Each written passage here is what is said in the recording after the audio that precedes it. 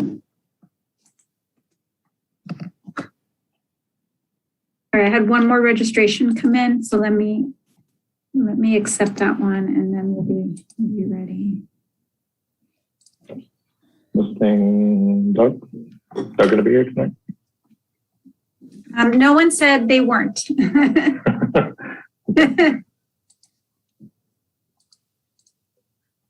Let's see, Sean's calling me. Let me see, I'm just going to mute for a second.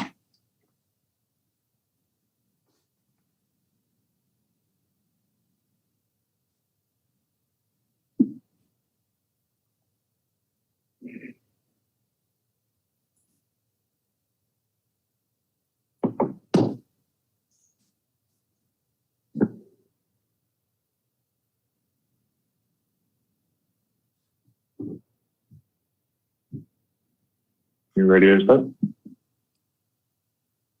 Are we live? Yeah, yes, we can. Okay. Okay, now 6 p.m. and we'll now call to order the November 18th, 2021 Planning Commission meeting. This virtual meeting is held pursuant to California Assembly Bill 361, action taken by the Redondo Beach City Council. All commission members are participating by virtual meeting. Members of the public may participate by Zoom, email, or e-comment. Okay, first thing is a roll call. Yes, okay. Commissioner Gaddis. Having trouble unmuting. Okay. Commissioner Godek. Here. Commissioner Hazeltine. Here. Commissioner Boswell. Here. Commissioner Barrett. Here. Commissioner Lamb. Here. And Secretary Hensley. Here. Okay, that's the roll call. Just like to comment that we have 2 new commissioners joining us tonight. I'd like to say welcome to them. And also want to take a moment to thank the outgoing commissioners, Paparo and Commissioner Ung, for the many years of dedicated service to the city. So we're excited to have new commissioners tonight. And with that, we'll go on to salute to the flag. Commissioner Godek, would you mind leading us in the salute to the flag? Do we stand? Yes. Yes. And also please mute yourselves. Okay. I pledge allegiance to the flag of the United States of America and to the republic for which it stands, one nation, under God, indivisible, with liberty and justice for all.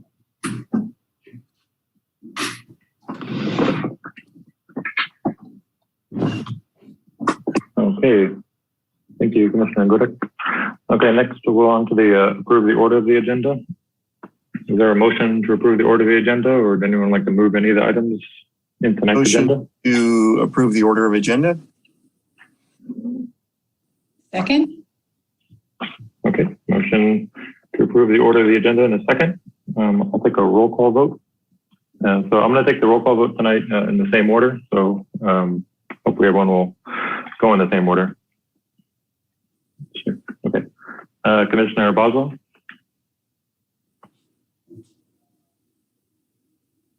Same one then after all. Okay. Yes. Okay. Commissioner Geddes. Aye. Commissioner Godek. Yes. Commissioner Lamb.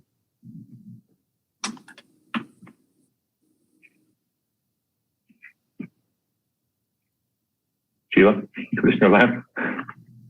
You're muted. I'm muted. Yes. Thank you. Okay. Thank you. Commissioner Barrett. Yes. And Commissioner Hazeltine. Yes. And myself also, yes. We'll be taking a lot of roll call votes tonight, so thank you for your patience. Okay, next is blue folder items. These are additional backup materials to administrative reports and or public comments received after the printing and distribution of the agenda packet for receive and file. Is there a motion to receive and file the blue folder items?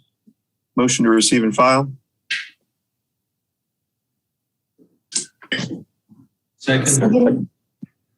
Okay, there's a motion and a second to receive and file blue folder items. Take another, any hands up? Take another vote, Commissioner Boswell, Yes. Commissioner Geddes, Aye. Commissioner Godek, Yes. Commissioner Lamb, Yes. Commissioner Barrett, Yes. and Commissioner Hazeltine, Yes. and myself, yes. Okay, that brings us to the consent calendar. These are business items, except those formally noticed for public hearing or those pulled for discussion or assigned to the consent calendar. The commission members may request that any consent calendar items be removed, discussed, and acted upon separately. Items removed from the consent calendar will be taken up under the excluded consent calendar section below. Those items remaining on this consent calendar will be approved in one motion. I'll call on anyone wishing to address the commission on any consent calendar item which has not been pulled.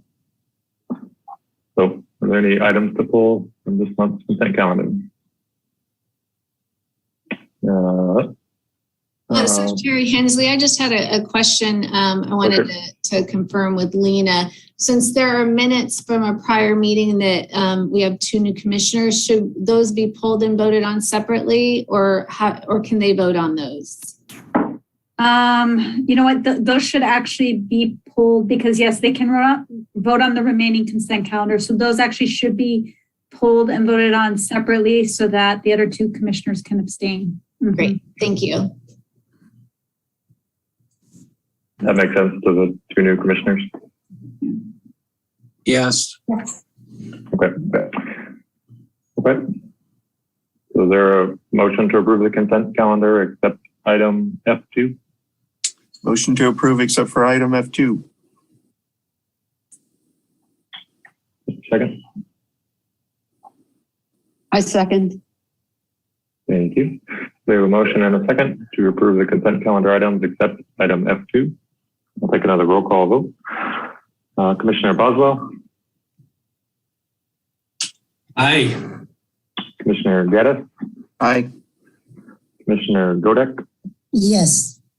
Commissioner Lamb, Yes. Commissioner Barrett, For this item, I should abstain. Is that correct? It's regarding the meeting minutes for which I was not present on October 21st.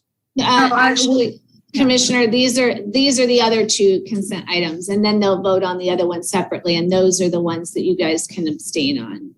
Okay. Well, in that case, yes. thank you. And Commissioner Hazeltine, Yes. thank you. Okay, that brings us to the excluded consent calendar items, which are just one, F2, approving the minutes of last month's planning commission meeting. And again, these are just pulled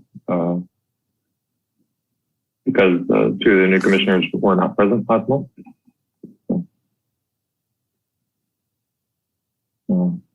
Did we have any e-comments? I'm sorry, Lena. Did we have any public comment or e-comments on the items we just passed on the consent calendar? No, there were, I'm sorry, yeah, no, there were no e-comments, confirming there were no comments in the consent calendar. Thank you. Thank you. I'll entertain a motion to approve item F2. Motion Motion to approve item F2. Thank you. And a second. Second. Second by Commissioner Boswell. Okay, Yes. so this is the motion to approve the October minutes of the Planning Commission. Take another roll call vote. Commissioner Boswell, Aye. Commissioner Geddes, Aye. Commissioner Godek, Yes. Commissioner Lamb, Yes. Commissioner Barrett, Abstain. Commissioner Hazeltine, Yes. Or abstain. You'll need to abstain actually, because you weren't at that meeting. Okay. Yeah. I abstain. thank you. And for myself, I'll vote yes. Okay, that was the excluded consent calendar items. Was there any comment or anything, Lena? No, there were no e-comments on. Okay, just the non-gen. Okay. Yeah. I should ask for those before we vote next time. That will bring us next to the public participation on non-agenda items. This section is intended to provide the members of the public with an opportunity to comment on any subject that does not appear on this agenda for action. Each speaker will be afforded 3 minutes to address the commission. And are there any e-comments or members of the public who would like to make a comment under non-agenda items?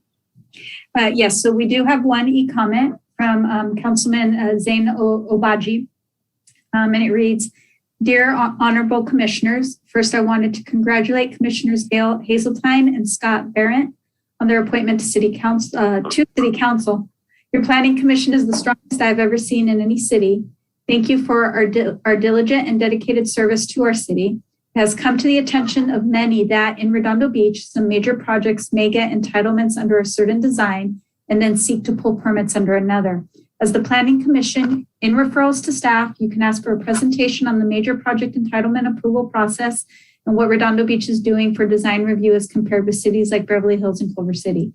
If there is no design review close in time to permits being pulled, I recommend you all investigate that and develop an ordinance requiring it. But keep in mind, those new laws would apply to projects in the future. It would be inappropriate to punish previously approved projects because they did not comply with what Redondo design review law should be.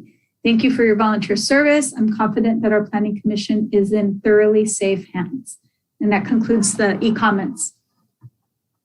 Thank you. Next item, we have a receive and file of public written comments on non-agenda items. Do we have any such items this month? Yeah, you did, yes. So I believe you had some included with your packet as well as a couple of blue folder non-agenda comments as well.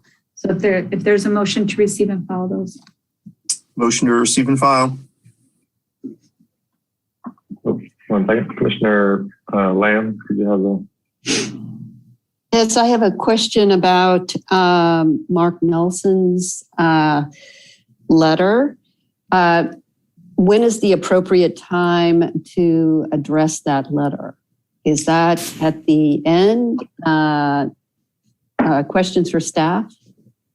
If it's not an agendized item, it's not something that the Planning Commission will speak on. With Mr. Nelson's comment, was it the one that was in the packet? In regards to FARs for PCF zoning. Let me see. Sheila, was it part of the packet or the blue? Yes. Yeah. So with that, you would have to do a referral to staff. At the end of the meeting, there's the agenda item for that to bring that back as a discussion item. But it's not something that it's similar like when somebody speaks at city council on a non-agenda item, they're not responding to that. They'd have to agendize it for a future meeting to have a conversation on that.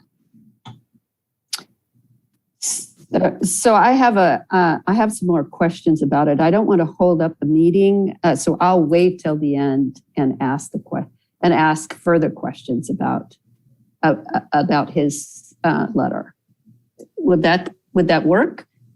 Well, it has to be agendized. So you'd have to agendize to discuss that letter at a future meeting. So you can say in the December meeting, I'd like to agendize a discussion on the topics in the email that we received from Mark Nelson. Yeah. Specifically FARs for PCF zoning? Right. Okay. So you would do that in the referrals to staff. Thank you. Sure. Thank you. Okay, so I think we're still looking for a motion to receive and file the public written comments on non-agenda items. Motion to receive and file. Second. Commissioner Lamb, did you still have a comment or is your hand still up? Okay. Okay, seeing none, no other hands up. The motion is to receive and file the public written comments on non-agenda items. Take another roll call vote. Commissioner Boswell? Yes. Commissioner Geddes? Aye. Commissioner Godek? Yes. Commissioner Lamb? Yes. Commissioner Barrett? Yes. Commissioner Hazeltine? Yes. And myself, yes. Okay, so that now brings us to ex parte communication. This section is intended to allow for the opportunity to reveal any disclosure or ex parte communication about the one public hearing we have tonight. So just to clarify, ex parte is only for public hearings, not for discussion items or other items. Okay, so I'll go through the commissioners if there's any ex parte to disclose. Commissioner Boswell, do you have any ex parte disclosures today? This is regarding the Galleria issues. Yes, regarding the public hearing J1. Okay, I've been advised by City Attorney Webb's office to recuse myself from further participation in this due to the fact that any appearance of bias, which could well be traced back to the fact that I filed the original appeal, the project changed, could invalidate the decision of the Planning Commission. I've been unable to get legal advice in the last 2 hours that would counteract that, so I'm going to follow Attorney Webb's advice and recuse myself. At this point, is it appropriate for me to leave the meeting? Mr. Forbes, if somebody recuses themselves, they have to just, can you walk us through that? Yeah, he would need to leave the meeting, and then we can notify him when that agenda item is complete.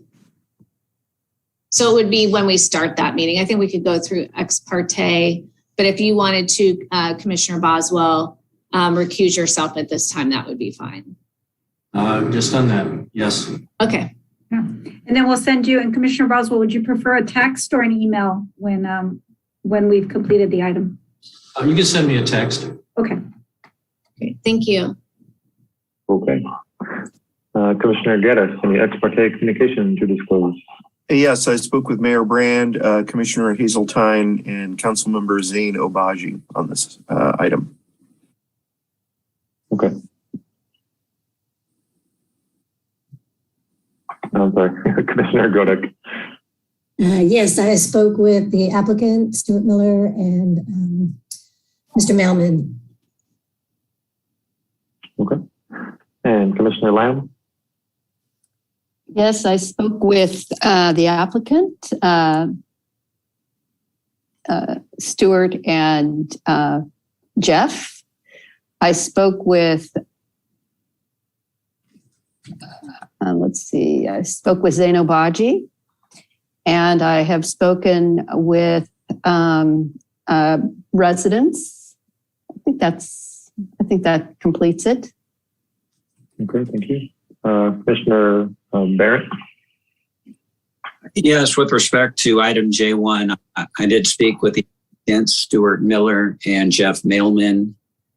I also spoke with city staff, the mayor, Mayor Bill Brand, a Redondo Beach resident, as well as council members MD Obaji and Narenheim. Okay. And Commissioner Hazeltine?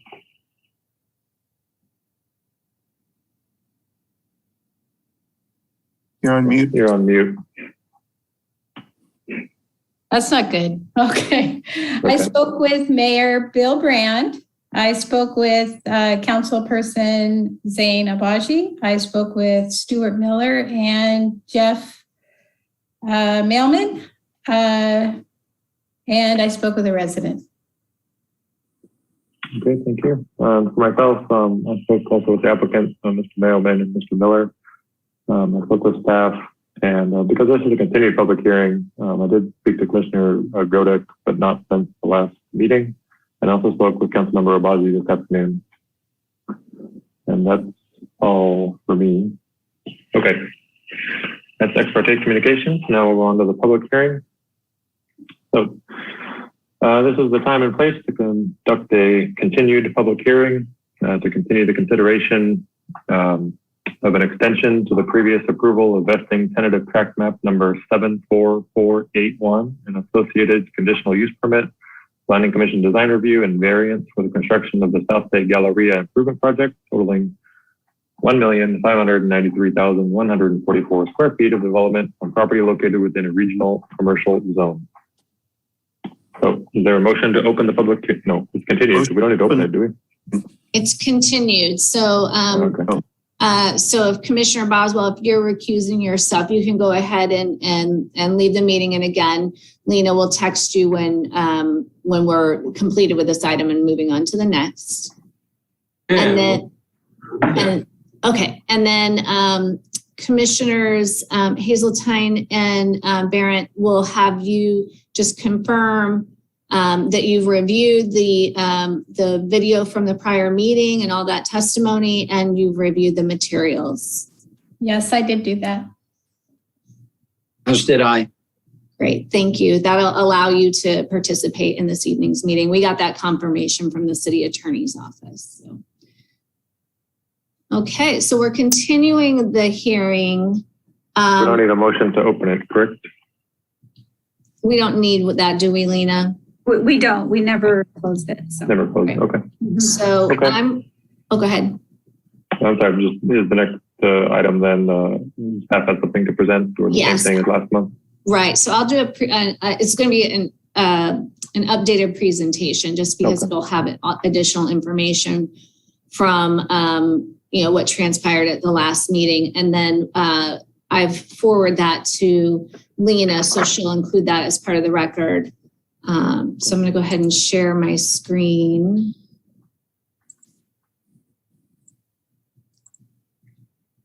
And can you see that all right? Yes. Yes.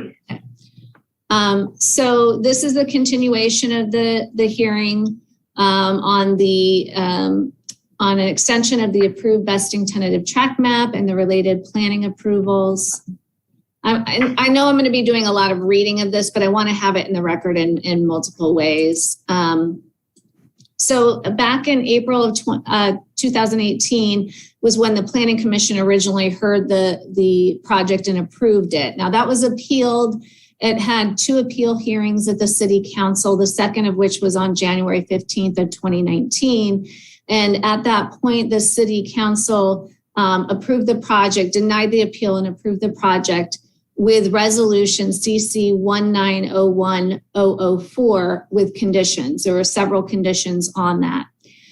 So that was the approval. The applicant was moving forward with working on design, and a year later is when COVID hit. And with COVID, it impacted shopping centers, real estate development, financing, a lot of different components that provided a lot of uncertainty in the future of that development and what the applicant could do. So the applicant requested the extensions of these approvals. And on the October 21st meeting, the Planning Commission held a public hearing for the extension of the approvals. There were concerns expressed regarding the limited outreach for the phase 1 project. So they came in with an application for phase 1. There is some reconfiguration, and I'll talk about that in a moment about how that's allowed. And the Planning Commission had just requested that those phase 1 plans be posted on the city website, that that they continue the public hearing to this meeting to allow for some additional outreach on that phase 1 and making that available to the public. So here we are at the continuance of the public hearing for the extension of the approvals. And the expiration date of the approvals is January 15th, 2022. So if the extension isn't approved, then those the approvals would no longer, they would be null and void. So the request from the applicant was a 3-year extension of the vesting tentative track map, the associated conditional use permit or CUP, the Planning Commission design review, and the variances. And those were all what was approved through the resolution on January 15th of 2019. The request was submitted more than 30 days before the map expiration, which is a requirement of the code. And the reasoning provided for the extension is that COVID-19 impacted leasing, financing, and development of regional shopping centers, and the health and economic impacts ultimately delayed the project. The code sections for extension of the map and the applications are listed here, just so you have a reference of the Redondo Beach Municipal Code sections. For the outreach on phase 1, per the City Council's approval, condition number 31, the Community Development Department is authorized to approve reconfiguration and or reallocation of uses in compliance with the conditions of the resolution. So it's not a function of the Planning Commission or City Council for that review of the reconfiguration of the phase one. That's what the applicant had reached out to each of you to discuss, and what we had posted on the city's website on October 25th after our last Planning Commission meeting. So the applicant had reached out to each of the planning commissioners to offer to meet individually to discuss the phase one project plans, just so that you're aware.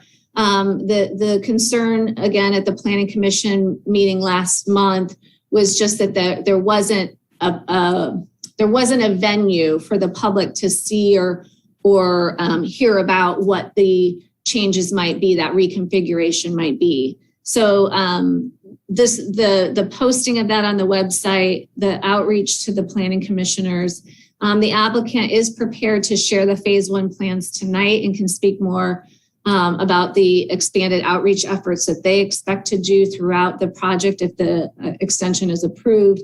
And technically the determination tonight is specific to the extension of the map and the related planning approvals. So it's not the approval of phase one, it's rather the approval of the or extension of the approvals that were put in place on January 15th, 2019.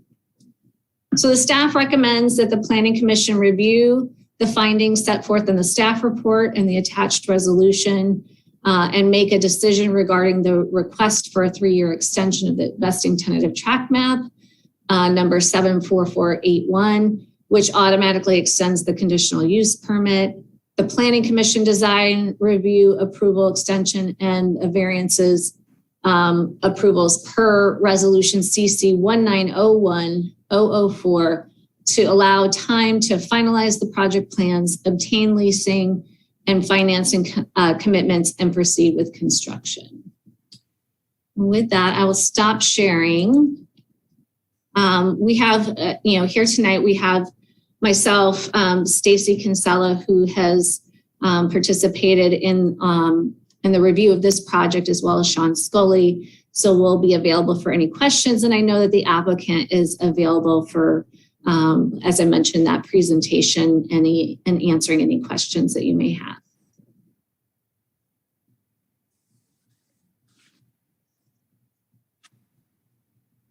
Sorry, thank you very much, Dr. Forbes.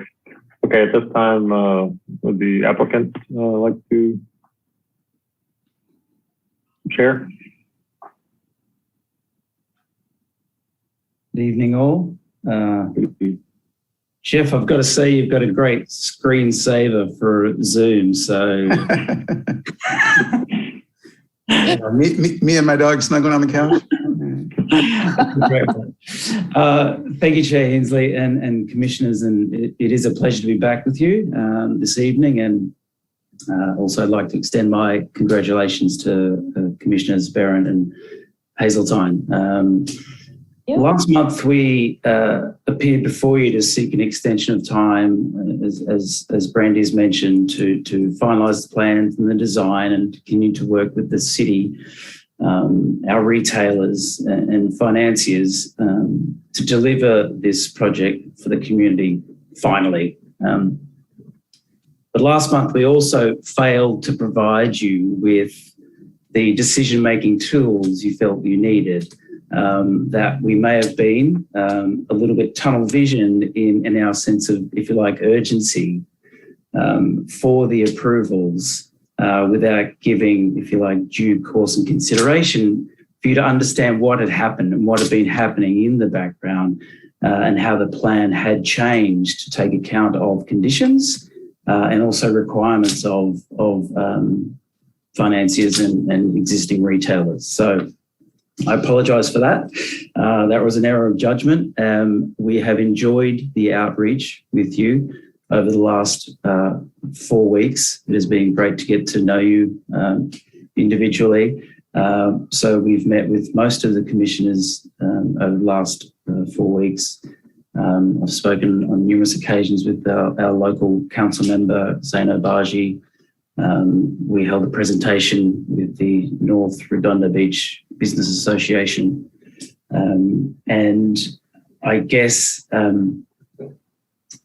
without sort of labouring on what we did speak about last month and the reasons for the delay, it is worth reiterating and reminding of those, although COVID changed all our lives, it did change this project in many ways, including the ownership.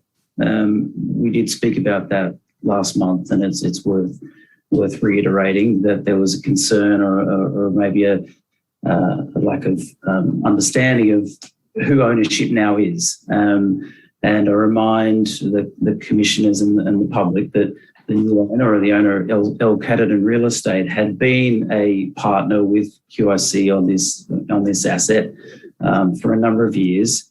During COVID, QIC decided to exit the asset and even exit the platform of the US. LCRE during this time, and it wasn't an overnight decision, stepped in essentially to save the Galleria from an ownership perspective and to keep progressing on the plans that we're presenting with you tonight. As far as the retail is concerned, you can well understand that they were in just pure and absolute survival mode. And our attention during 2020 was, if you like, not so much on the future, but certainly on the present and providing the support for the existing retailers to ensure that they survived when the mall was open, partially open, or even closed. And certainly the financiers were very keen to understand how the financial performance of the asset was being managed during that time. So that took a great deal of attention. We also spent a lot of time reflecting on what COVID meant to a mall and what COVID meant to an indoor-outdoor experience and what COVID meant to people wanting to congregate and wanting to be in an environment, be that enclosed or open or even just, as I say, congregating as a community. So what I'm going to present to you now is a version of what was presented ultimately to the City Council on January 15, 2019. And that's purposeful because there is so much of that work done, informed by community outreach and informed by design and through back to about 2014, that still holds, that we're still using as our North Star. And so it is not a different project. Phase one is a version of all the work that was done before to get here. So I'm going to attempt to share my screen. I'm hopeless at it, as Jeff knows. But please tell me if you can now see that. Mm-hmm. Yes, we can see it. Thank you. Right. So some guiding principles that this for us is a mixed-use platform, and we mean platform physically and philosophically. It's about celebrating access and inclusion, and that it's not a mall, that it's not, if you like, something that's not connected to the community. We have some images here that you know, a bit warm and fuzzy, and maybe a bit obtuse or not so direct. But these are important. They're important for us to remind ourselves about the community and who we're building this for.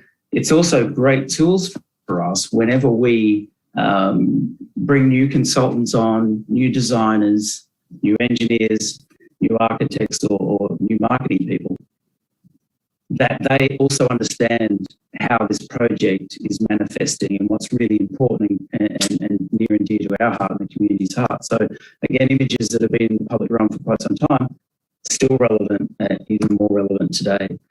Again, some nice emotional context of open space and the beauty of Redondo Beach. Congregation. None of this purposefully says mall. It purposefully says community, open space, and activation. One of the key changes that we made through this period is that I'll explain further during the presentation, is the outdoor environment, which has become critical to us as an asset post-COVID. And the idea now of actually sort of flipping the narrative and not seeing it as an expanded mall, but seeing it as an expanded public realm, and bringing the outside inside as a key tenant. And in fact, as I've mentioned to some of you in our conversations, that our landscape designer is now our interior designer. And that, again, is purposeful. A site plan, just to orient ourselves here.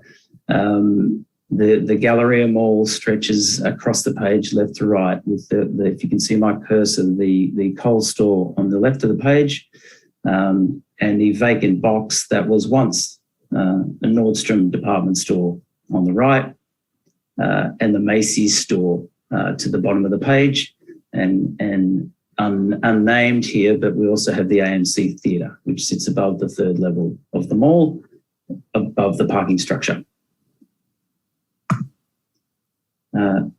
Again, for context, we thought it was important to remind ourselves of the illustrative plan from 2019, the ambition, and also to show that a lot of this still holds, but some of it had to move for us to keep the project momentum moving.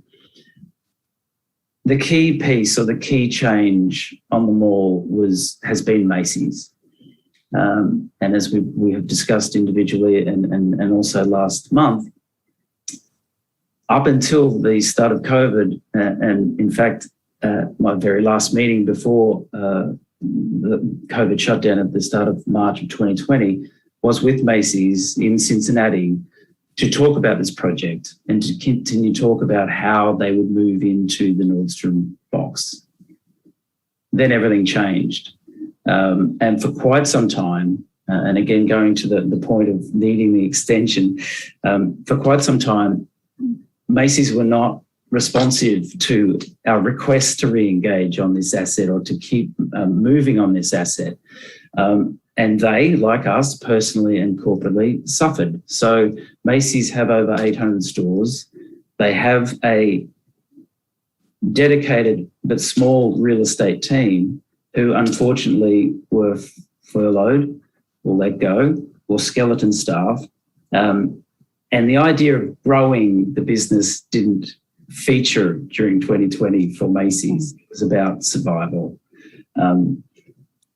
During COVID, again, maybe just going back to the site plan, at times when the mall was closed, because it is enclosed, Macy's were able to trade out, and they were trading out and servicing and serving their customers in the community from the parking lots. And what ended up happening for Macy's during that time is that this store actually performed better than their store average because they could communicate with their customer and connect with their customer due to the parking and due to the access straight in to the parking, so that their customers didn't have to come into the enclosed mall. That, along with, I'm sure, a number of other decisions internally for them, including investment capital available to them, and probably bigger issues that they had across the country with other stores that weren't performing as well, meant that they made a decision to stay in this location. And it is their decision to stay in this location.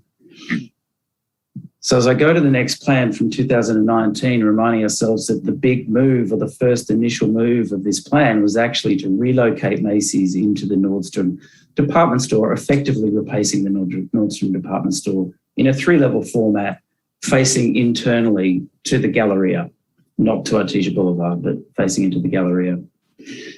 Where my cursor is, you can see that's where Macy's was, and it took over a lot of that public space. And when Macy's now decides to stay there and fall in love with their surface parking,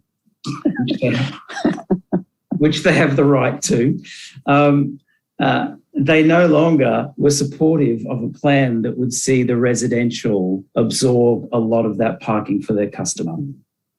So as I go to what we're calling phase one of the new plan, we had to adapt the way that we looked at this approach here to keep moving and keep supporting the existing mall, because the number one priority for us on this mall is to support and underpin and reinvest for the very loyal retailers who have been waiting very patiently for something to happen on the Galleria site. So us moving the programming away from Macy's and also away from Coles, remiss of me to suggest that maybe Coles wasn't part of the long-term plan at one stage. Coles do see themselves as part of the long-term for the Redondo Beach and South Bay communities, and also perform well at the mall. So parking and surface parking is also very important to Coles. So that forced us a period of time to review how do we keep moving, and how do we keep the mall alive, and how do we deliver something that delivers on the community benefits, delivers on our commitments, delivers on the commitments we made to financiers. And we've come up with a plan that we think is an appropriate response. It's not as large. It is an initial phase. It does, we think, provide benefit that possibly wasn't there before.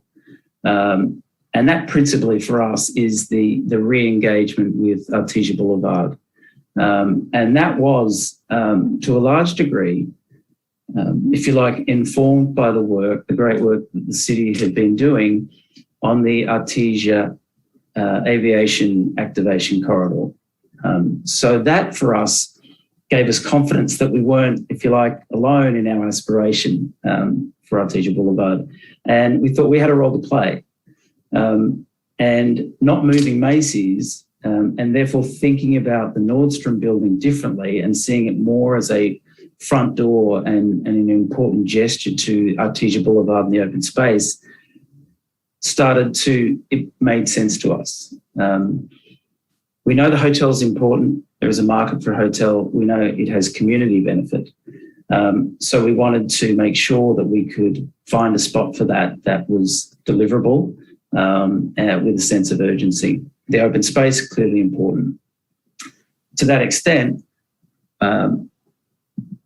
we put some slides in here to represent that these were very key principles back in 2019 about the amount of open space. And we had these images back then just to provide people context with some of the outdoor programming that people are familiar with. So this is the point in El Segundo. And this is the scale or the size of that outdoor programming at the point. So what we've done here is overlay it. And as I look at these drawings and having presented this, I think we should have overlaid it on this drawing so you can see how it relates to the Macy's and the mall and the residential. But this represents that the point is in this purple colour. And we, on the left of the page is Macy's, and where the line is drawn on the top is where CPK and Red Robin currently is. And the wedge of the bottom right is the residential outline, and the old Nordstrom buildings in the top right here. So you can see that as a aggregated space, it's larger than the point, but also as a framed environment, it's larger than the point. The world's best outdoor mall, if you like, the Grove, is a great example of just great curation and outdoor experience. That's the scale of the Grove. As we overlay that, again, you can see the scale of our, if you like, more than gesture, our public park. And as we like to call it, it's actually a public park system, that it is more than one space, that we do see that there is interplay between the relationship as we move around the site. There's about 6,500 square feet of space in this area here, just about an acre and a half, more than a football field. Another plan that without explanation probably doesn't mean a lot, but again, it's just to identify consistency with previous commitments and previous approvals as it relates to pedestrian movement, bicycle movement, vehicular movement. We have been completely cognizant and conscious of the entitlements that have afforded to us, building envelopes, building heights, building setbacks, vehicular access and egress, pedestrian access and egress, including bike storage, as you can also see in bike fallow in this plan. Similarly, building setbacks. It was put in this deck just to, again, acknowledge that we understand the commitments we've made, and that we have a generous setback along Artesia Boulevard. And in fact, we will be providing a larger setback than the 20 feet of the commitment of the conditions of approval. I'm going to run through a bunch of, if you like, before and afters, or some images of what we've got now and our aspiration. And again, if I'm going too fast or if I'm not doing a great job of orientation, please let me know. But the red cursor here will point to where the image is. So I'm about to show a shot here on the east side of the project of the existing Galleria in all its glory. CPK to the left, Red Robin on the right, and the great dome entry. The idea here is to provide a park space with different gathering nodes, soften the expression and the experience into the mall, and provide activation on the building edge or the building frontage at both 1, 2, and potentially even up on level 3, where you can see this green patio and a glass cube. Now looking at a view of the Galleria entry and the Macy's and the current condition. Again, showing that sort of remodeling and the change of activation for the facade, and also if you like, a reimagined Macy's that can contribute to the public realm if we can convince them to spend a bit of money. Just another shot, closer up shot of the Galleria, and you can see that a lot of the purpose of this first phase is adaptive reuse, and rather than building more, it's what can we do with what we have, and very intelligent design from our great designers have looked to use the structure in that adaptive reuse capacity. So you can see where Pizza Kitchen is written here and Red Robin is here. Behind that solid wall sits the current mall management office and sits level 2 of the Galleria. We can activate that balcony now, and we can have it activate both visually and physically connected with the levels. The other idea that that COVID afforded us, as I mentioned, is viewing this more of an external space. And part of that external narrative for us and how we meaningfully drive that inside is actually to take the doors off the mall. So this now becomes a covered arcade with taking out the air conditioning. So it is going to feel like a covered street or a covered arcade, and it's going to be the ambient condition and temperature both outside and in. Another shot now showing on the east side of the Nordstrom building, and the road that currently runs around the Nordstrom building. And you can see in the background the retaining wall that where Artesia Boulevard is actually set higher than the grade of the level 1 of the Nordstrom building. You can see, which will be relevant to the next slide I show, there are some building articulation. There is some actual architectural merit buried deeply within this facade that may not be obvious. And we look to enhance that. So the idea again is, how do we pull some of that 80s feature off? How do we open it up? How can we provide dining terraces and indoor-outdoor activation or flow-through activation and connect it back into that community public realm and open space and town square network, which we showed earlier. So these at level 2 become dining terraces. Absolutely not to be forgotten is the current Galleria. The very, very patient retailers who have been on this very long journey with us. There's a lot of nostalgia here for a lot of us on the call, but it's of a past time. And we do see this being a great design structure that has an ability to reimagine itself. And again, with the great work of the landscape architect we thought about, well, how do we make it feel less of a mall and more like a warehouse that we might have discovered next to LAX or down on the edge of downtown LA, and taken that over and reimagined it. And that's the feeling and the philosophy here of that biophilia. How do we take a lot of that embellishment out, expose the structure, and bring the outside in? And now imagine this, that there's a subtle breeze coming through here and it's the same temperature inside and outside.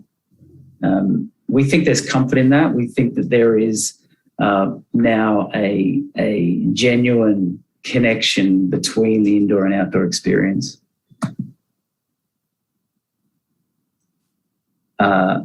Next slide now is looking onto the Nordstrom Box. And again, with the previous plan, this would have been Macy's, and not much would have changed, and it wouldn't be connected to Artesia Boulevard. So we honestly think that this is a great catalyst for Artesia Boulevard, and we think it's a very important piece of the activation. It's hard to sort of articulate. I'll do my best. We actually fill in the road that wraps around the Nordstrom Box. And the idea of doing that is to provide a different public realm experience so that we then have a different park or public space experience. And we now physically connect to Artesia Boulevard. So the very narrow and mean sidewalk of Artesia Boulevard really extends all the way to the box, to the Nordstrom building and the Galleria. We open it up in a larger gesture to open that aperture. We take a bit of the roof off to provide that outdoor public gathering space, dining terraces and dining patios. And it's been quite an interesting experience and expression where the bulk of the building, if you like, softens a little and it becomes a little more connected to the streetscape and the neighborhood.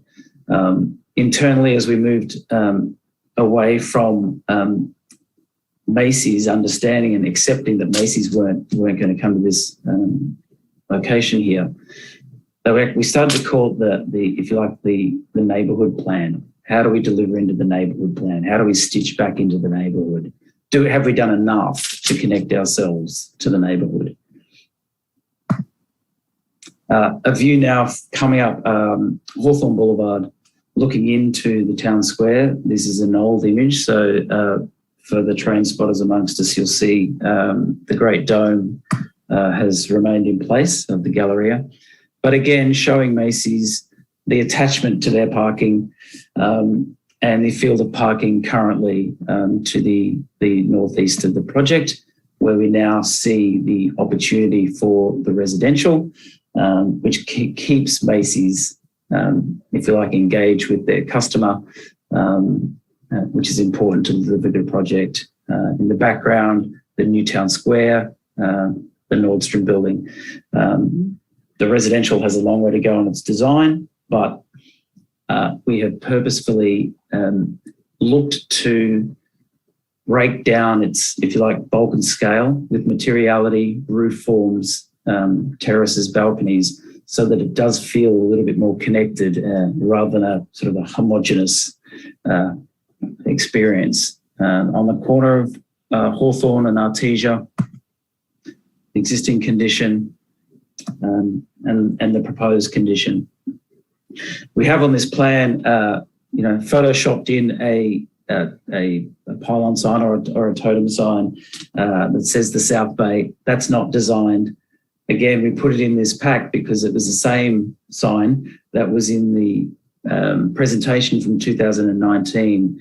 And it's just an acknowledgement and a representation to say we, as part of the condition, have to provide a marker or a signage system for Redondo Beach and South Bay. As I mentioned, it's not designed. We'll come up with something that's way more, I think, appropriate than that. But we have looked to shape the residential so it does honour the corner, but also provide some relief for the residents. So you can see, if I go back a few slides, that it's not a hard edge on the corner and it's not built bluntly to Hawthorne and Artesia, that there is an additional setback, there is a separation of the buildings, and there is some curvature, also that S shape provides some relief for the residents as well. Moving now to the other, if you like, front door of the mall, coming from the west along Artesia Boulevard, where we look to position the hotel. This is the current arrival experience coming from the west. And this is a representation of the future arrival experience coming from the west.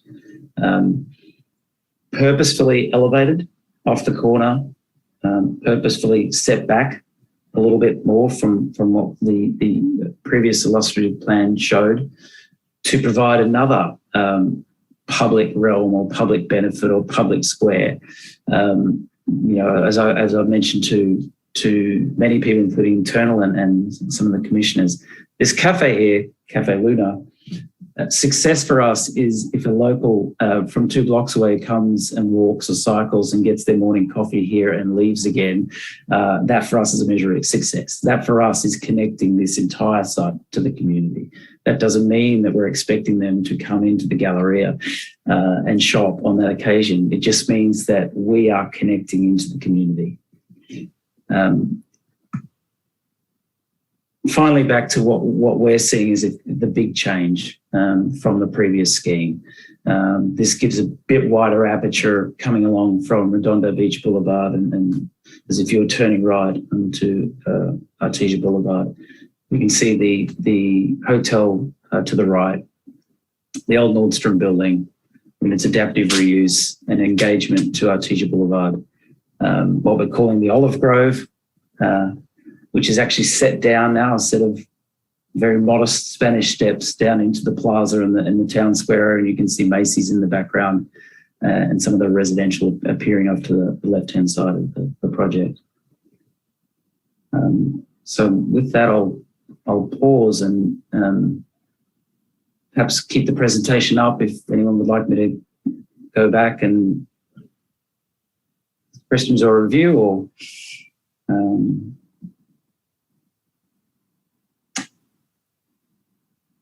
Thank you, Mr. Miller. It's really a much more thorough presentation, and I think we can all see and understand the changes that are taking place in the design. So again, tonight it's just the proposal for the extension of the entitlement, and I don't see any hands up from any of the commissioners. Any commissioners have questions for the applicant or questions for staff? Please raise your hand. Okay, Commissioner Hazeltine. Hi. Yes, Stuart. Hi, and Jeff. Can you tell me where is the parking for these apartment buildings, the residents? Where do they park? I'm looking here. Yeah. It's self-parked. So it's within these structures. Inside the buildings, actually, not the hotel, the apartment building. That's right. So to the bottom of the page here. So these Right. the residential sits on top of the parking. So the residential parking is contained within the residential structures. Okay. Okay. And they have dedicated ingress and egress, right? So there's a Correct. dedicated parking location for the residential that is different from the retail. And then the other thing that I'm noticing is the skate park, which I assume is really important to the people that live around there. And it seems like it's in a bit of an awkward position. Is that final? Is that a permanent structure, or is that mobile? Is there another place to put that? It's I'm just going to go to probably best to show it on the. Yeah, I'm looking on my iPad also. And I just know that when my children were that age, 6, 7, 8, 9 up, they're very, very noisy, I mean, they're wonderful, but you've got that literally next door to, on top of, or next to an apartment building. And I'm just wondering if you're just placing it there just to show us that you put the skate park in, because you literally got it like right next to this beautiful olive grove. And I'm wondering how permanent is all of these things. I'm really glad to see that it's there, but we really honestly, that's where it's going. That is represented by this line, and Right. if you like, we have moved our thinking from, well, let's just not drop a half pipe in the middle of this place.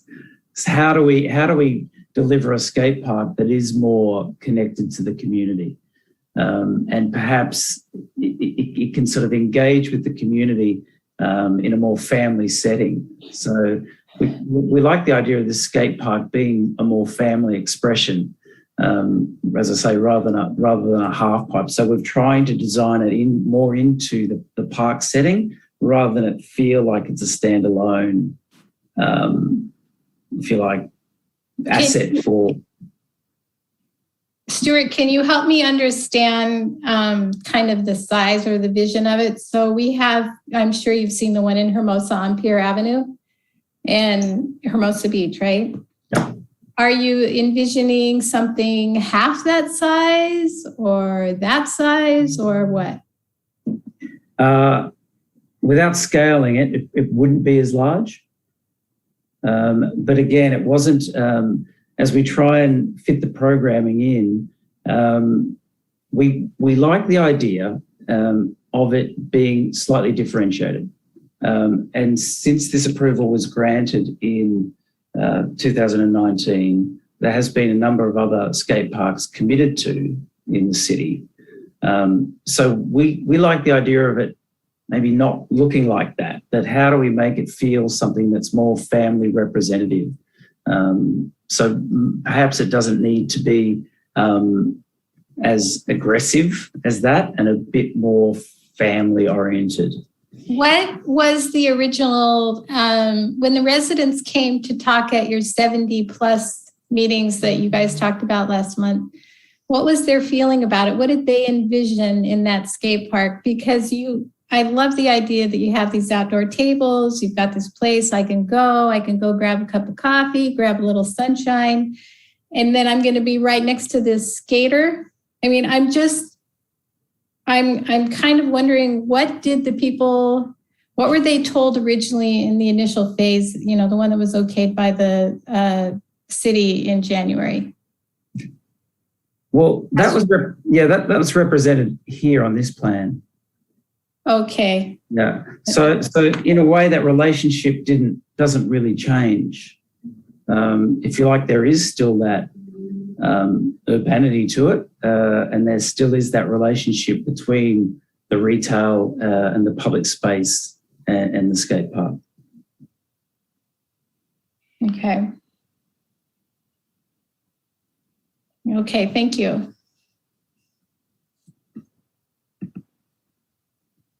Thank you. I don't see any other commissioners with their hands up. So maybe I'll take this time. Lena, if there's any public comment, maybe we should hear from the public on this.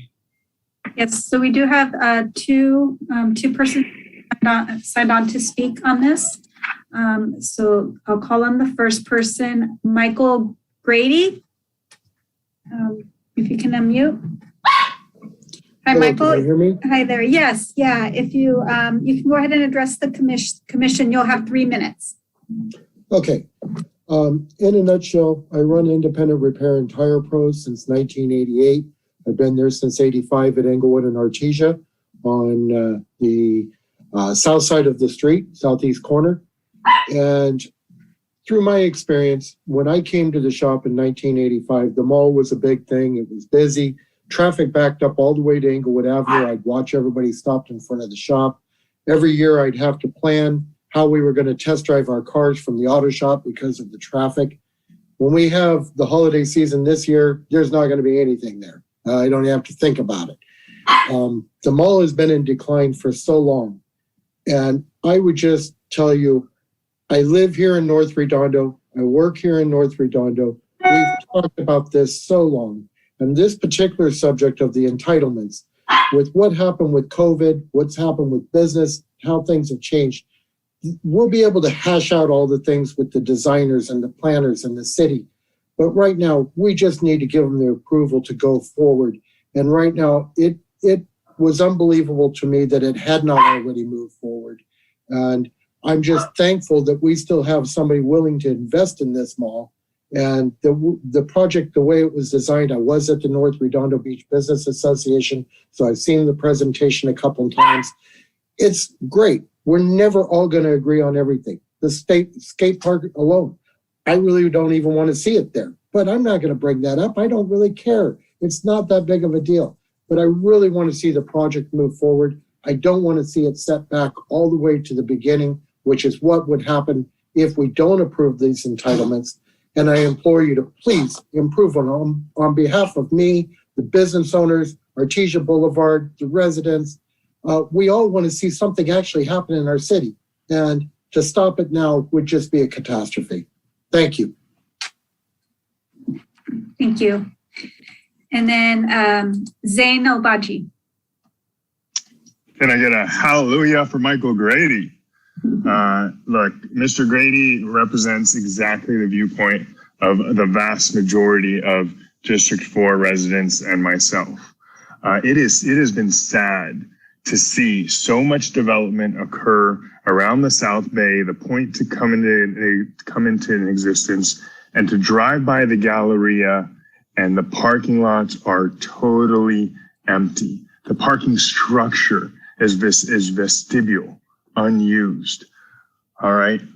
I believe firmly that things happen for a reason. And QIC is behind this. They bail out. They take their money back to Australia.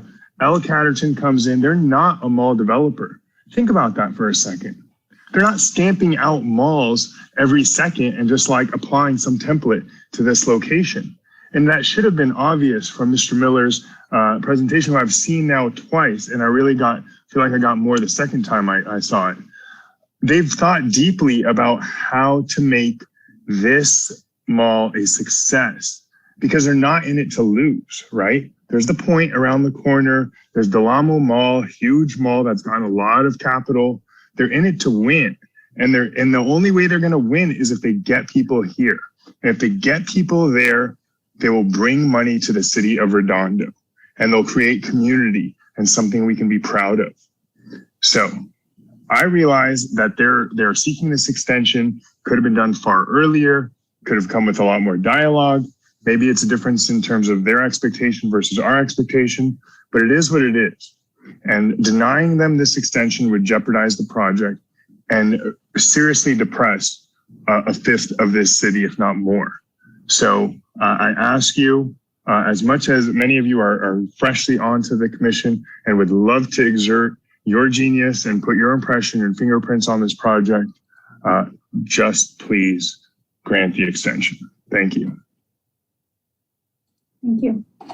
Okay, Chair, that concludes the the individuals signed up for public comment, and then there are no e-comments on this item. Thank you. And just let me know if anything comes during the rest of the discussion. Thank you. Commissioner Lamb. Yes, thank you. So I want to reiterate why I now support this extension. We all in Redondo want to see this mall. As Councilmember Obaji said, it's been a long time that we have been waiting for this. So again, what I like about it, it's a smaller footprint, which means less traffic. It also has some interesting ideas, and out of this COVID-19, this movement towards innovation, because they will need to innovate in order to make it something attractive into the future. And finally, most importantly, is that it will increase the revenue to the city. So this is an important project for all of us for these reasons, and there are others, but these main reasons. I really support this project, and I think we should move forward.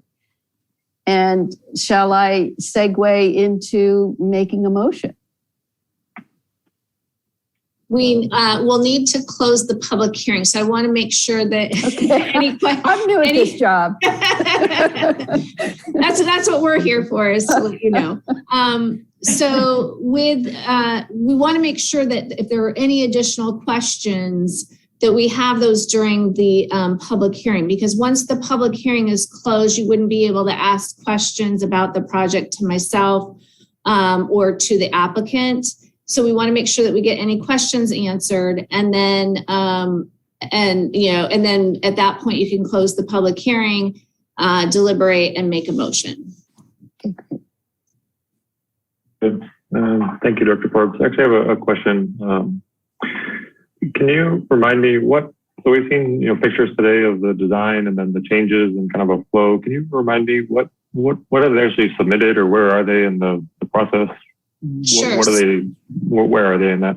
So concurrent with what you're reviewing tonight, as far as the extensions of the approvals, the extension of that, basically that resolution that the City Council approved back in January 2019, they submitted for the phase one, and that's what Stuart Miller presented this evening, and had reached out to each of you individually that we had posted on the website after the last meeting.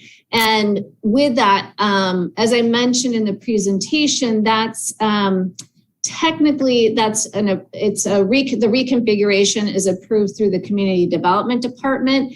I think that some of the commissioners here really wanted to make sure that there was some element of a public forum for people to have that information. That's why the request for having it online.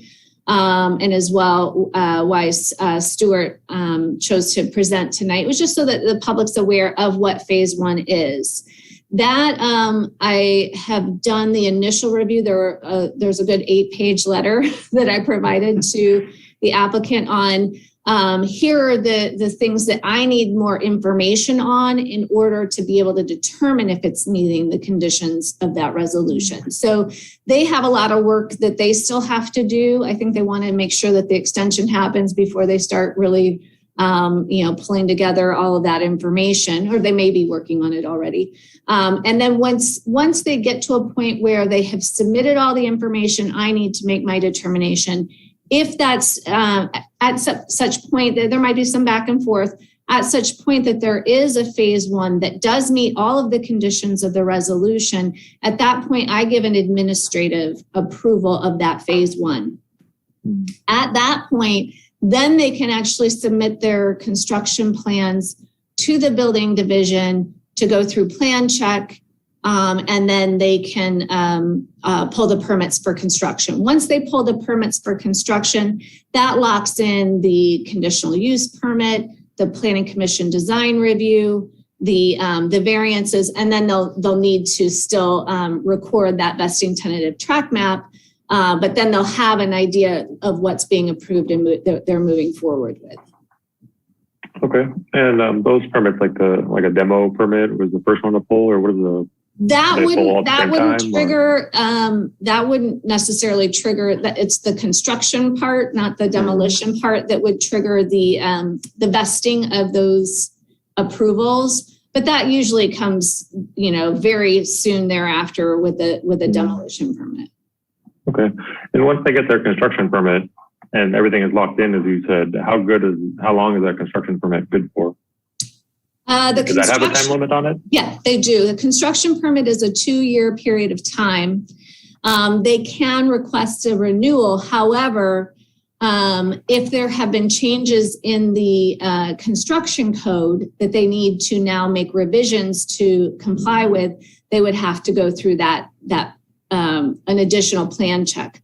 But typically we'll see that the developers will come through and try and push to get that 2-year time frame, because the construction codes change every 3 years. So, and the last time they changed, I want to say was 2019. So, whatever they're going to recognize, whatever they can get that, if they can get it in under what the current building code is, then they don't have to, they don't have to make those adjustments, and it's to their benefit to continue or get it done in that time frame. Okay. Thank you, Director Forbes. Mr. Miller, would you mind if I ask you a few questions? Absolutely. Thank you. So it sounds like Director Forbes had sent back some feedback on your plan. Have you guys received that and are looking through that? Is that correct? Yeah, we have, and we appreciate the diligence that Brandy and the team in review. It's 8 pages. I've reviewed. I have reviewed it with the team, and we don't see any huge areas of concern. There is a lot of clarification. They are asking for a bit more work done from the independent traffic consultants about pedestrian movement. But we feel confident we'll be able to answer all those questions. We did pause on doing further work because in the hierarchy of importance and urgency, outreach to the commissioners and having this meeting was, if you like, the principal focus, because if we weren't fortunate enough to seek your approval tonight, it becomes a bit academic about whether we're responding to 8 pages of questions. Yeah, okay. And how about when next year or the year after, when do you anticipate, getting your construction permits? How long do you anticipate this kind of back and forth and revision and clarifications and such will take? Well, our goal is to be on site mid next year. That's still ambitious because, with the holiday season, we're really already into 2022. But we do see that we could phase that and maybe start the project by doing some early works and some very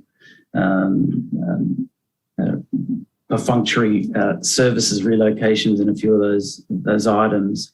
And some of the interior works where we have already some vacant space, we could start that a little earlier. But the ambition is definitely 2022. Okay. And tonight you're requesting a 3-year extension, and basically the entitlements are already good for 3 years until January 2022.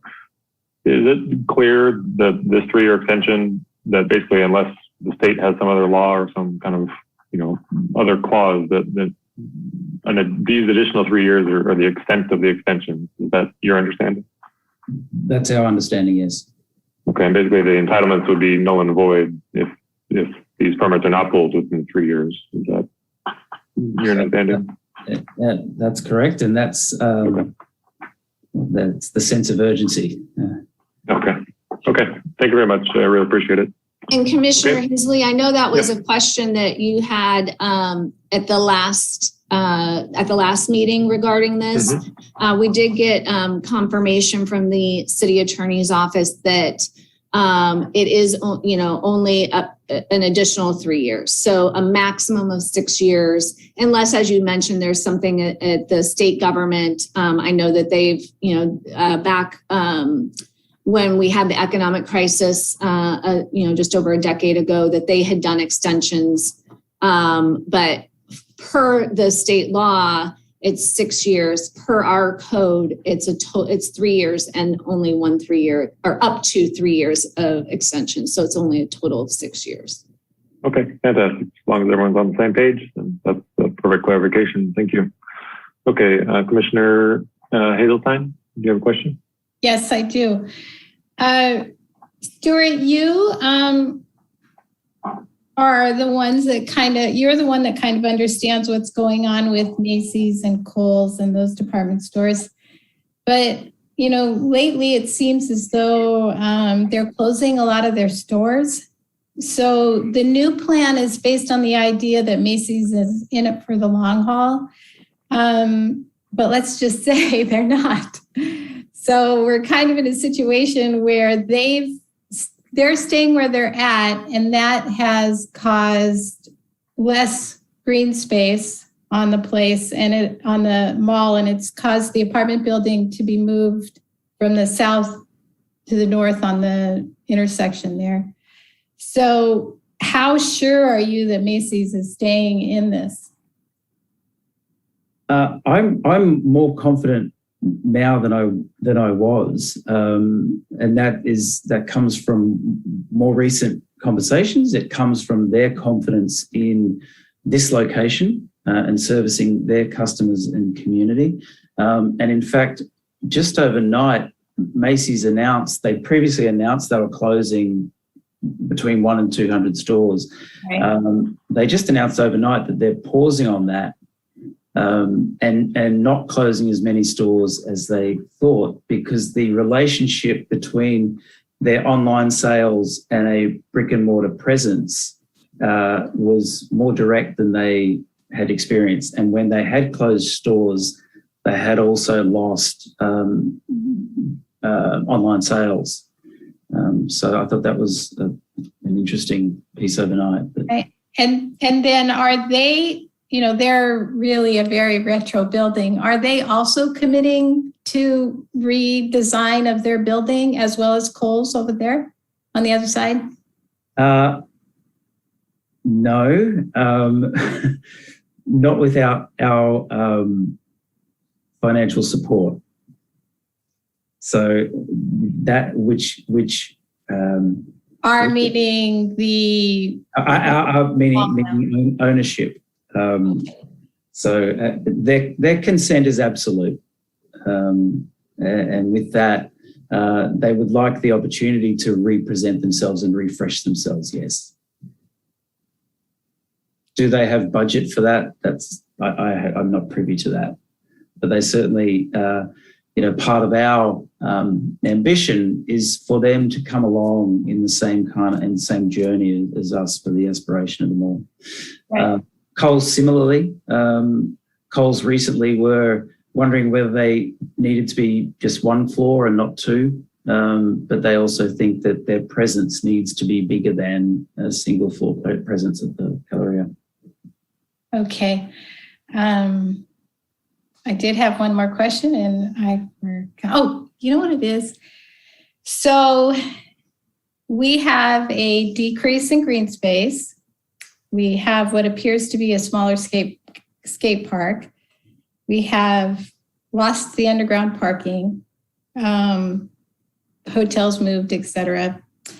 But the apartment remains the exact same size with so many, I think it's 350 apartment buildings or doors, I guess.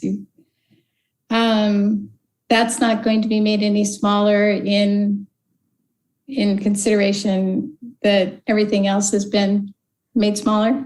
It's a good question. And just the open space is more than a gesture, but there's also a minimum commitment. and it's tied to the amount of new build and the amount of the scale of the project. So there's a 10% requirement for open space, and we will exceed that.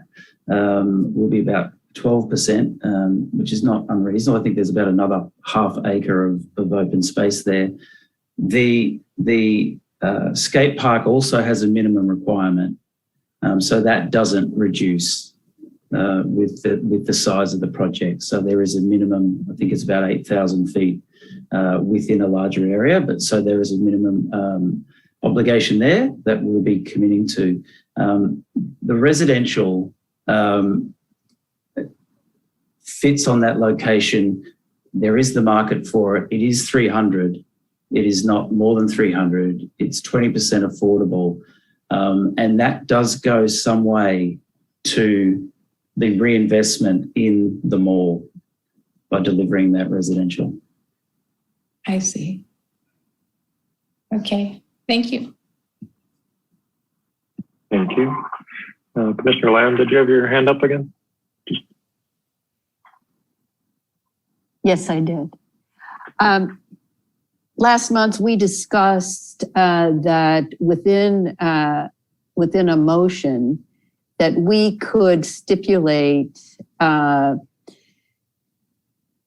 number of outreach events, or we could stipulate a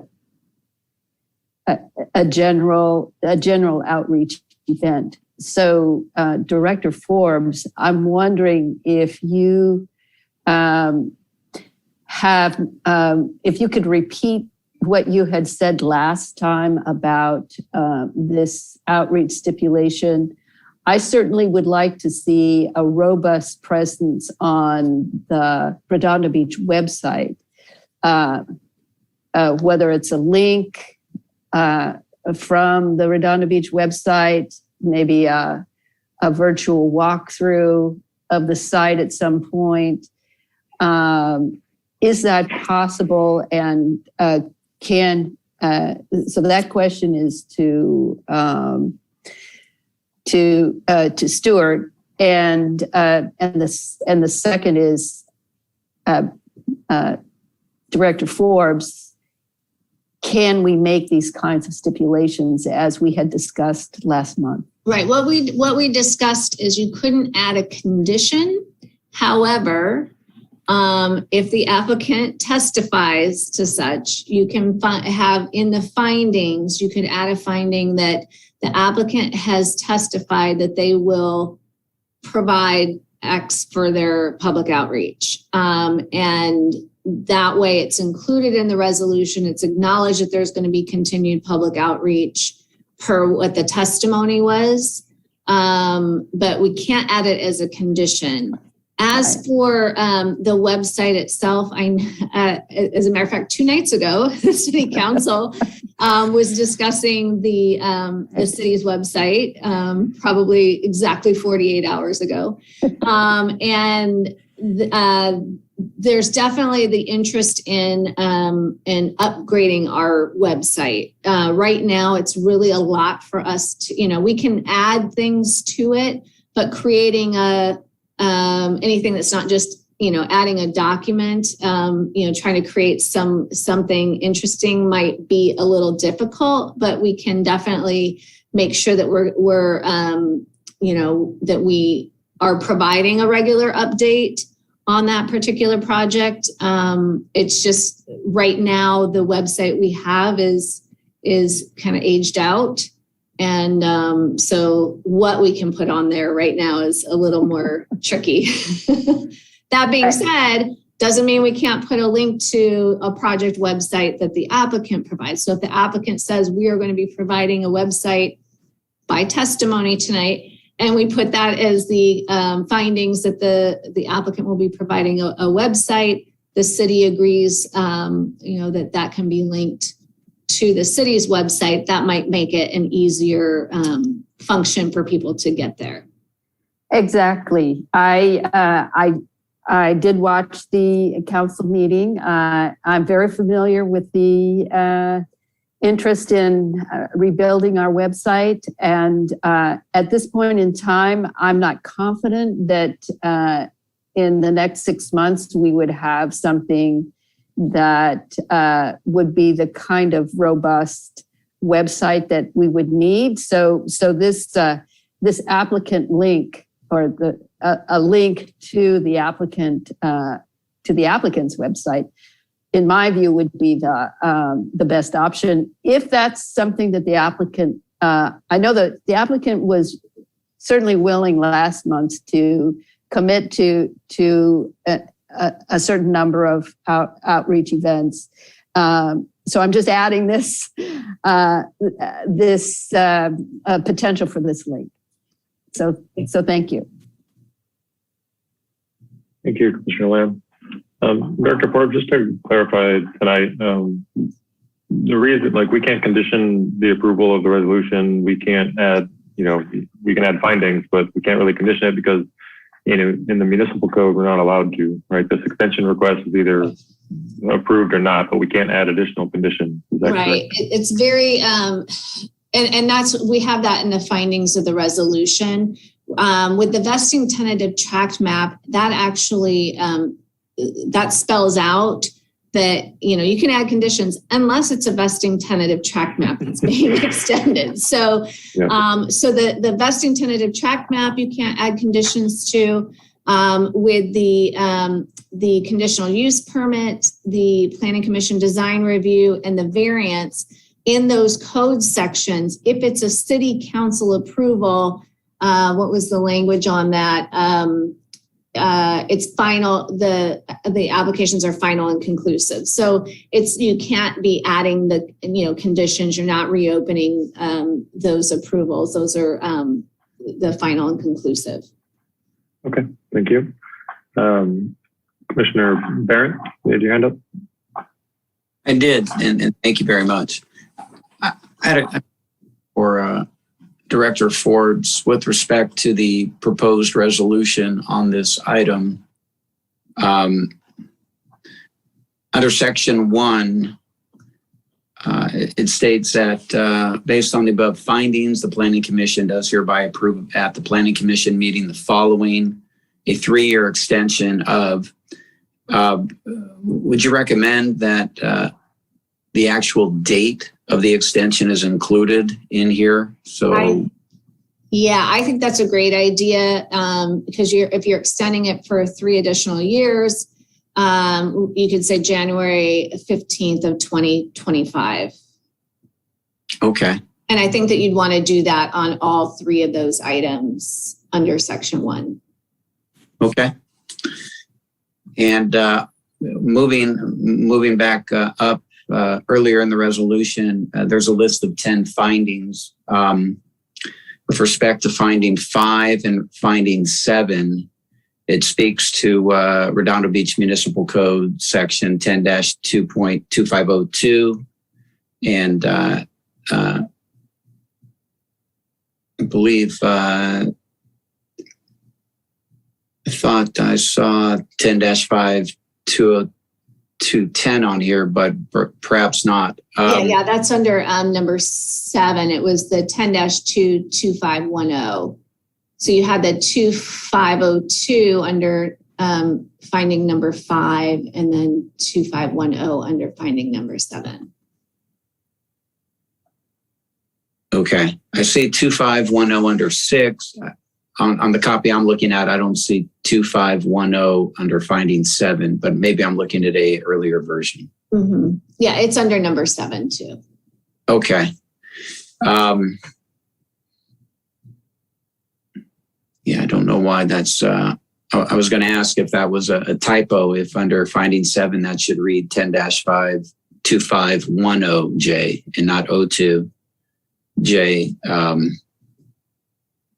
But perhaps not. Clarify that for you real quickly. There was a typo in the draft resolution last month that we corrected in this resolution.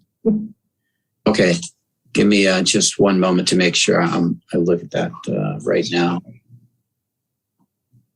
Okay. If you're looking at the agenda packet, It's page 68 of the agenda packet. Okay, perfect. Yeah. Okay, yeah, so there it is. All right, and the question with respect to that is for item 7, and also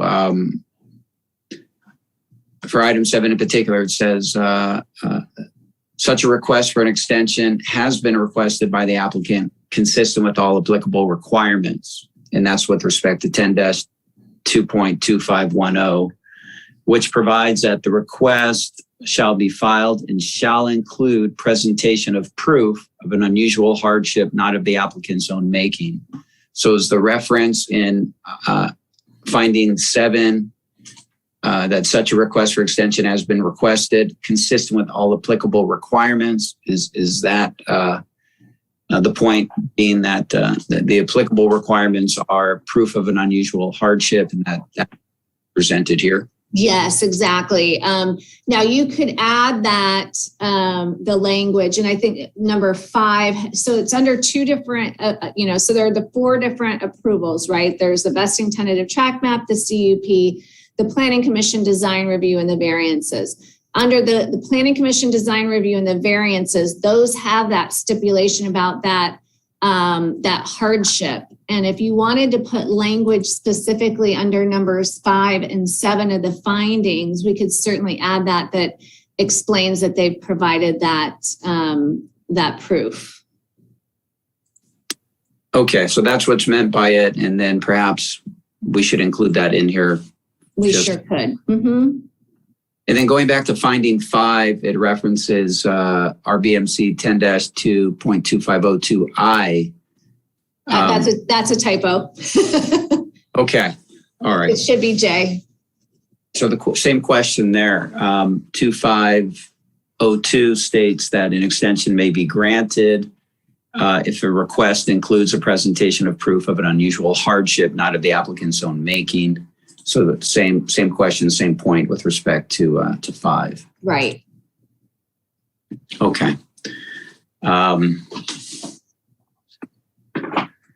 And then looking also at finding 10, which is the proposed extensions are necessary. This would be a finding of the commission. The proposed extensions are necessary to finalize the project plans, obtain the appropriate financial agreements, and commence construction on a project that is critical to the regional commercial zone.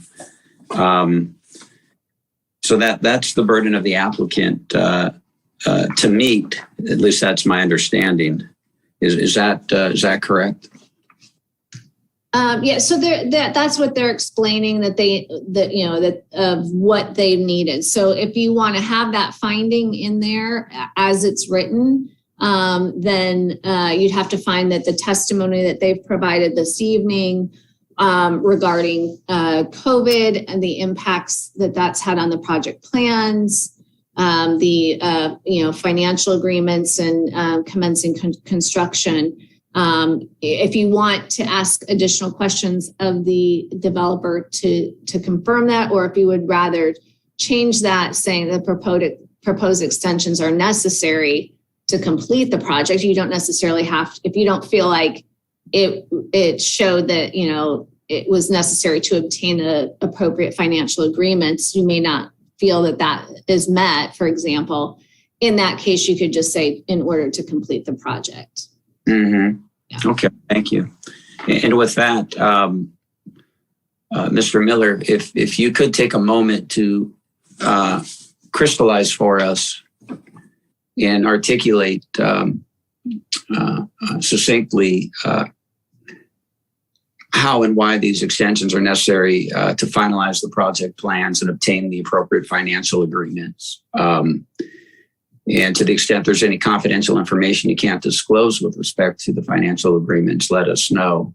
But if you could speak to that so we can consider it with respect to whether to make a specific finding, it would be helpful, at least for me, number one. And number two, if it speaks specifically to the unusual hardship that has not been of your own making, which of course you've touched on with respect to COVID, but if you can include that in sort of a succinct presentation and statement, I think that also would be helpful, at least for me.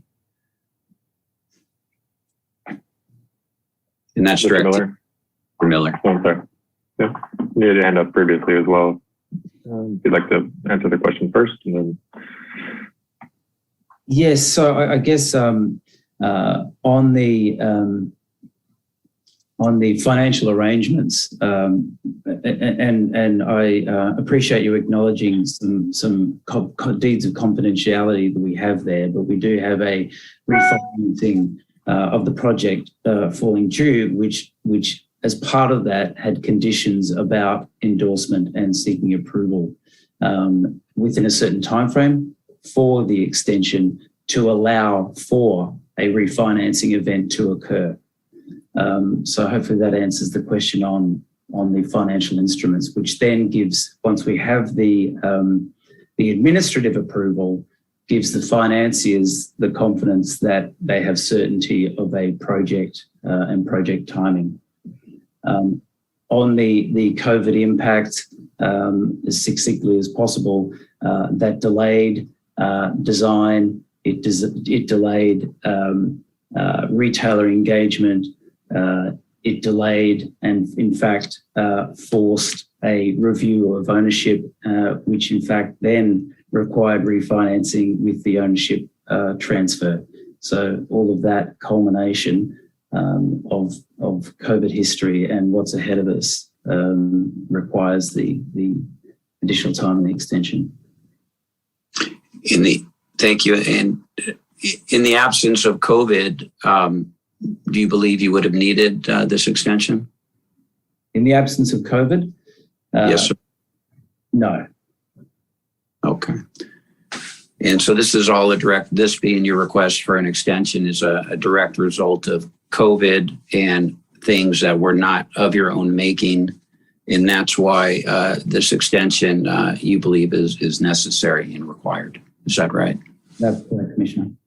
Okay. Is there anything else you want to speak to on either of those items before we close? And there may be more questions from others, but before we close out the session, because I think that's a very important point as to whether or not we can make that finding. Is there anything else you want to speak to? No, the only other thing I wanted to speak to was just responding to Commissioner Lamb and public outreach. And it was minuted at last month's meeting that we committed to quarterly outreach. We have a project website in beta mode.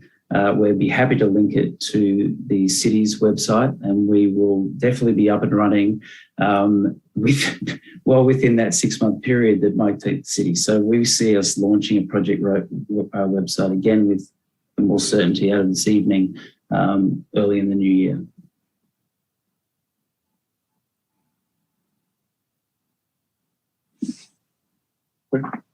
Anything else, Commissioner Barrett? No, unless Mr. Miller has anything to add. I have nothing further. Thank you. One question maybe for staff. The presentation we saw from the applicant, I don't think it was in the packet. It wasn't a blue folder item. Would it be possible to make a motion to receive and file those items because they were part of the public hearing and what we Absolutely. I would say receive and file both the staff and the applicant's presentations. Okay. Do we have the applicant material, or you'd have to send it to not us, but to the city, or so it's included in the official minutes or with the official agenda? Yeah, it'll be officially added to the packet. Similar like when we have a blue folder item, that ends up getting added into the materials for that agenda item in the permanent nature of that.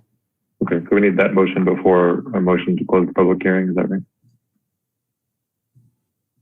Yeah, you could. That's fine to do that before the closing of the. Okay. Mr. Gottheim, and I apologize if I mispronounced your name. Yes, thank you. I just provide testimony. The applicant's team, and I just wanted to mention in response to Commissioner Barrett's question about the financial data that we did provide in our application for the extension. We cited some additional specific data, both news reports, but also hard data from the Mortgage Bankers Association, where they actually chart the amount of new loans on a national and regional basis. And in all of the sectors affected by this project or involved in this project, including retail, hotel, and even in multifamily, there's been a significant impairment of new lending as documented in our application. Thank you. Okay, thank you. Commissioner Barrett? Thank you. And I apologize if I mispronounce your name. Is it Mr. Gottlieb? Am I close? Close enough. Gottheim. I'm so sorry. No problem. But with respect to the statistics linked in the application for financing, those are general statistics, although maybe specific to the industry. But since you raised the point, has the applicant attempted to obtain financing during this period of time and been rejected in light of the unusual hardship of COVID? So Stuart can address that. Yeah. Okay. I understand it because you raised that point. But please, Stuart, go ahead. No, the answer is yes, insofar as we saw a coverage or interest from a wide group of financiers. And so there were a lot of people who passed on the opportunity to finance the project. And can you disclose the reasons given for passing on the opportunity? Sector risk, COVID in general, their own investment communities tightening up on lending. There were many and varied, but there were, by recollection, I think 16 groups. And were you and your team diligent in attempting to obtain the financing that you believe you needed during the period? Very diligent. Very diligent. It was mission critical. All right. And the same could be said perhaps with your attempts to finalize the project plans, but for COVID, you were thoroughly diligent. Correct. I mean, nonetheless. Absolutely. Okay. Thank you both. Okay. Seeing no other hands up, one last check. Is there any other public comment or anything that's come in during the discussion? And no, so no one else signed up for public comment, and there are no additional e-comments on the item. Okay. I don't see any hands up. Is there any last comments from the applicant or anything else? Otherwise, I'm going to entertain a motion to close the public hearing. Seeing no hands up. Again, the commission doesn't have to close the public hearing, but nobody has their hand up and the applicant doesn't wish to add anything, then now would be the time to make a motion to close the public hearing. Motion to close the public hearing. And I will second. Motion in the second to close the public hearing, and then we can deliberate. Okay, seeing no hands up, take a roll call vote. Commissioner Geddes? Aye. Commissioner Godek? Yes. Commissioner Lamb? Yes.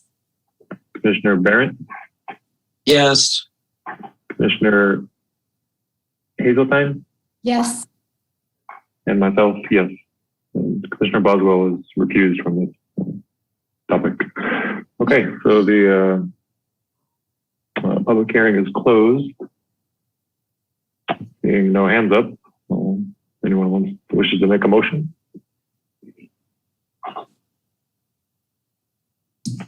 Or have discussion. Sorry, discussion is possible too.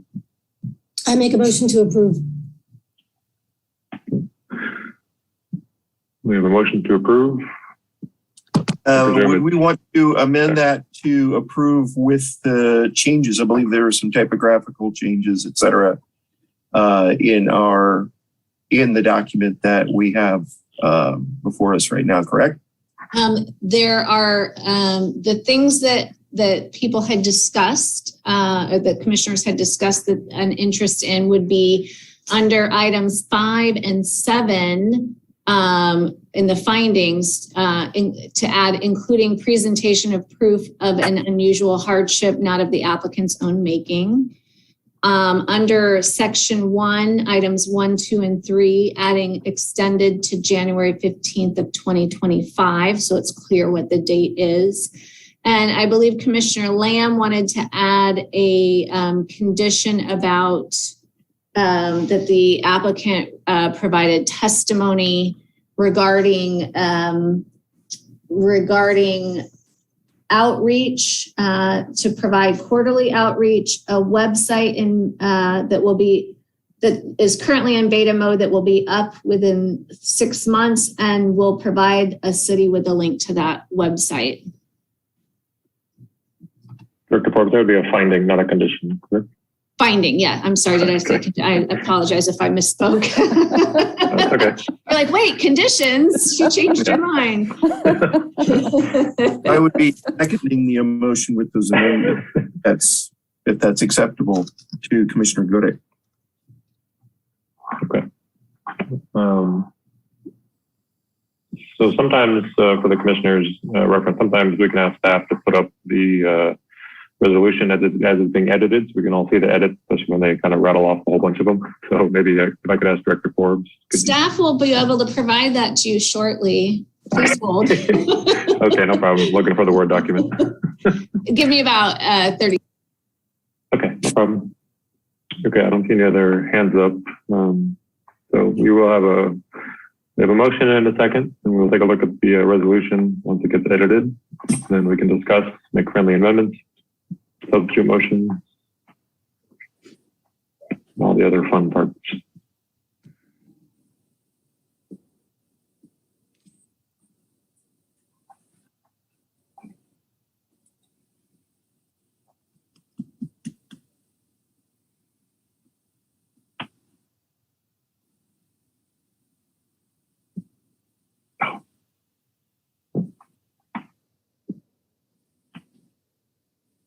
Lena, I already forgot when we closed the public hearing to receive and file the presentation from staff and the applicant. Can we do that now? Yes, you can still do that. Do that now. Okay. Yes. I think we have to act on Commissioner Godek's motion though first. So. Yes. We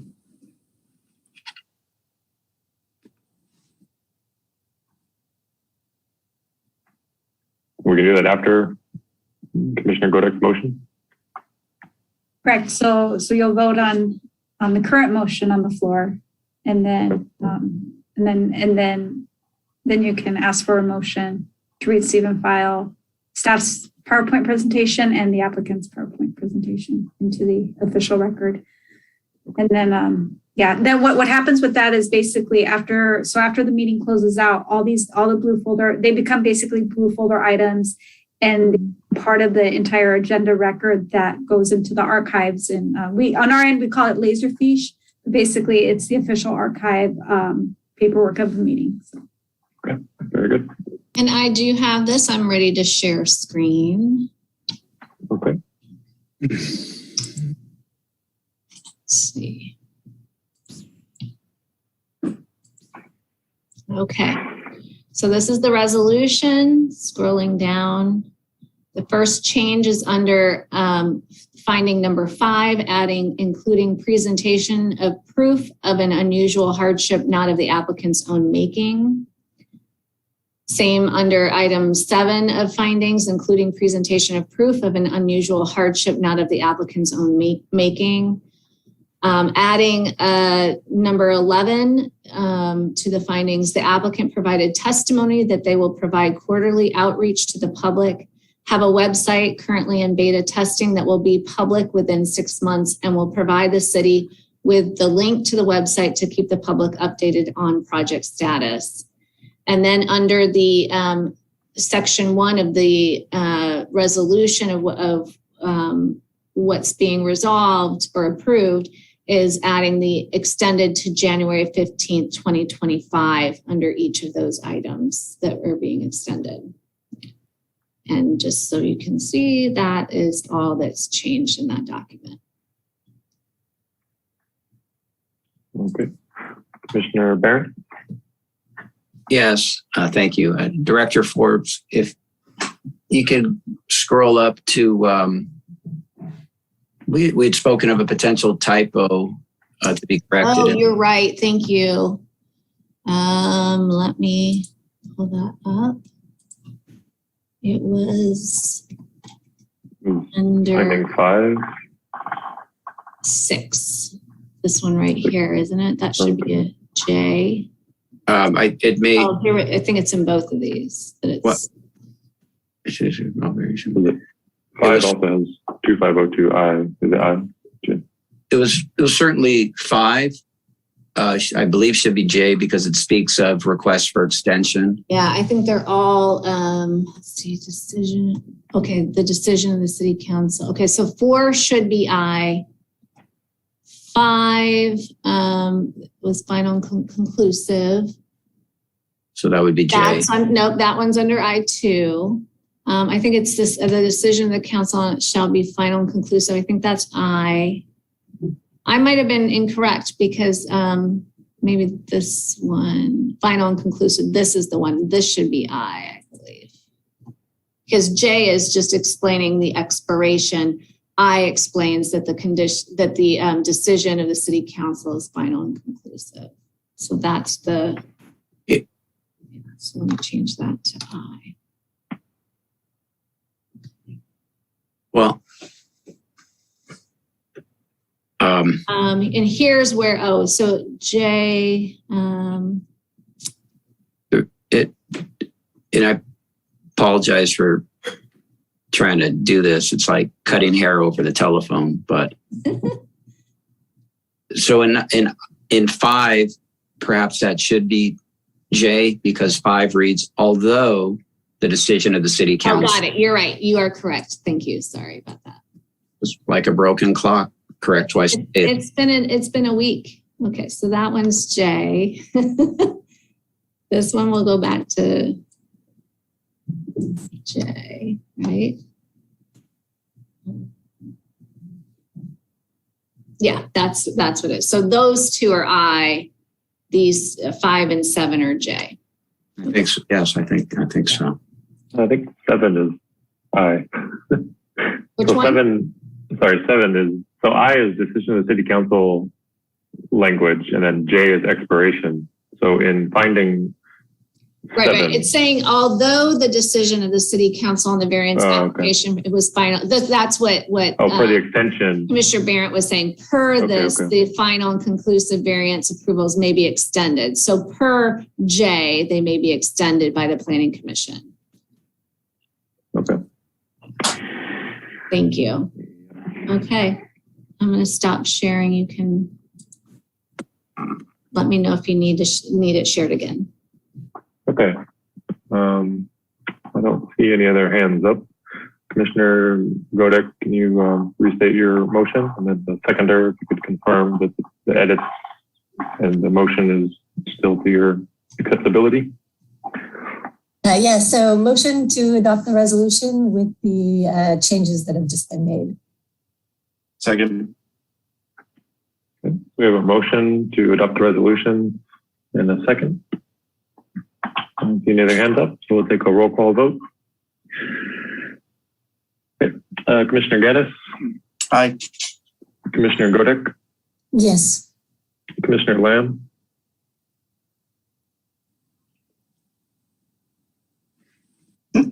I'm sorry. Yes. Commissioner Barrett? Yes. Commissioner Hazeltine? Yes.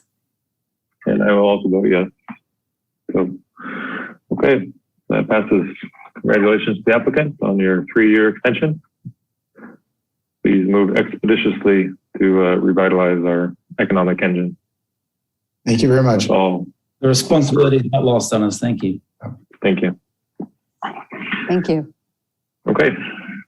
So that is. Chair, did you want to make a motion to receive and file? Oh, yeah, thank you. Yeah, can I, I'll just make a motion then to receive and file the staff presentation slide deck and also the applicant application slide deck into the record. Second.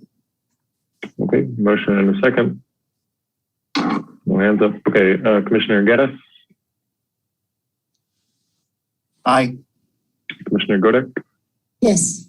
Commissioner Lamb, Aye. Commissioner Barrett, Aye. Commissioner Hazeltine, Aye. and myself, yes. Okay.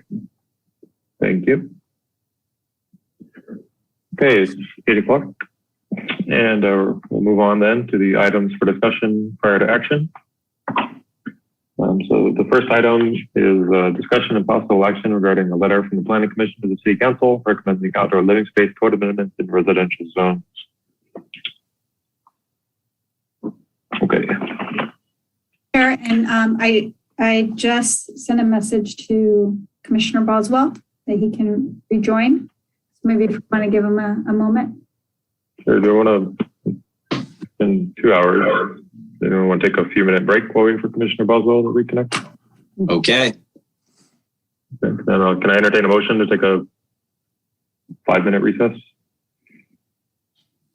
Motion for a 5-minute recess. I second. Okay. We could just ask if there's any, or if there's any opposed. Is there any opposed? Yeah, any opposed? Thank you. Okay, we'll come back at 8:05.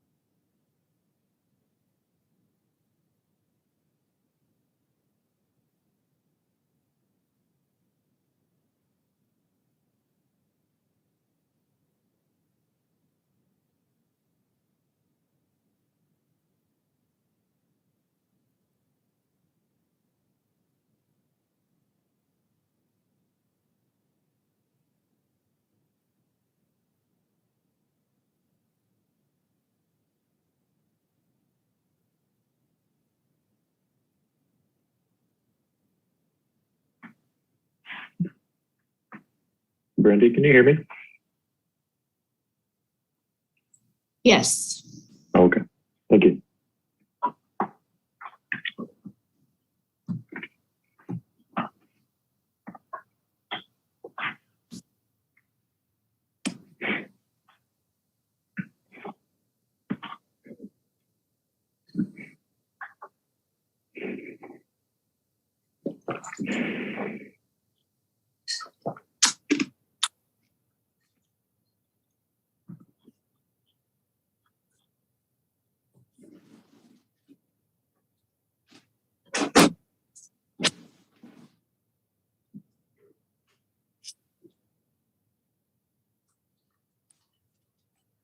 And Chair, just to let you know, we do have one person from the public signed up to speak on L1. Okay, thank you.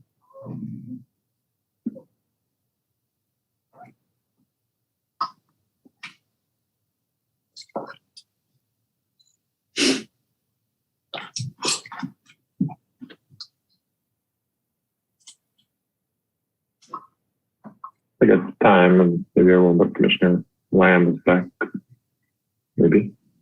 I'm gonna wait one more minute.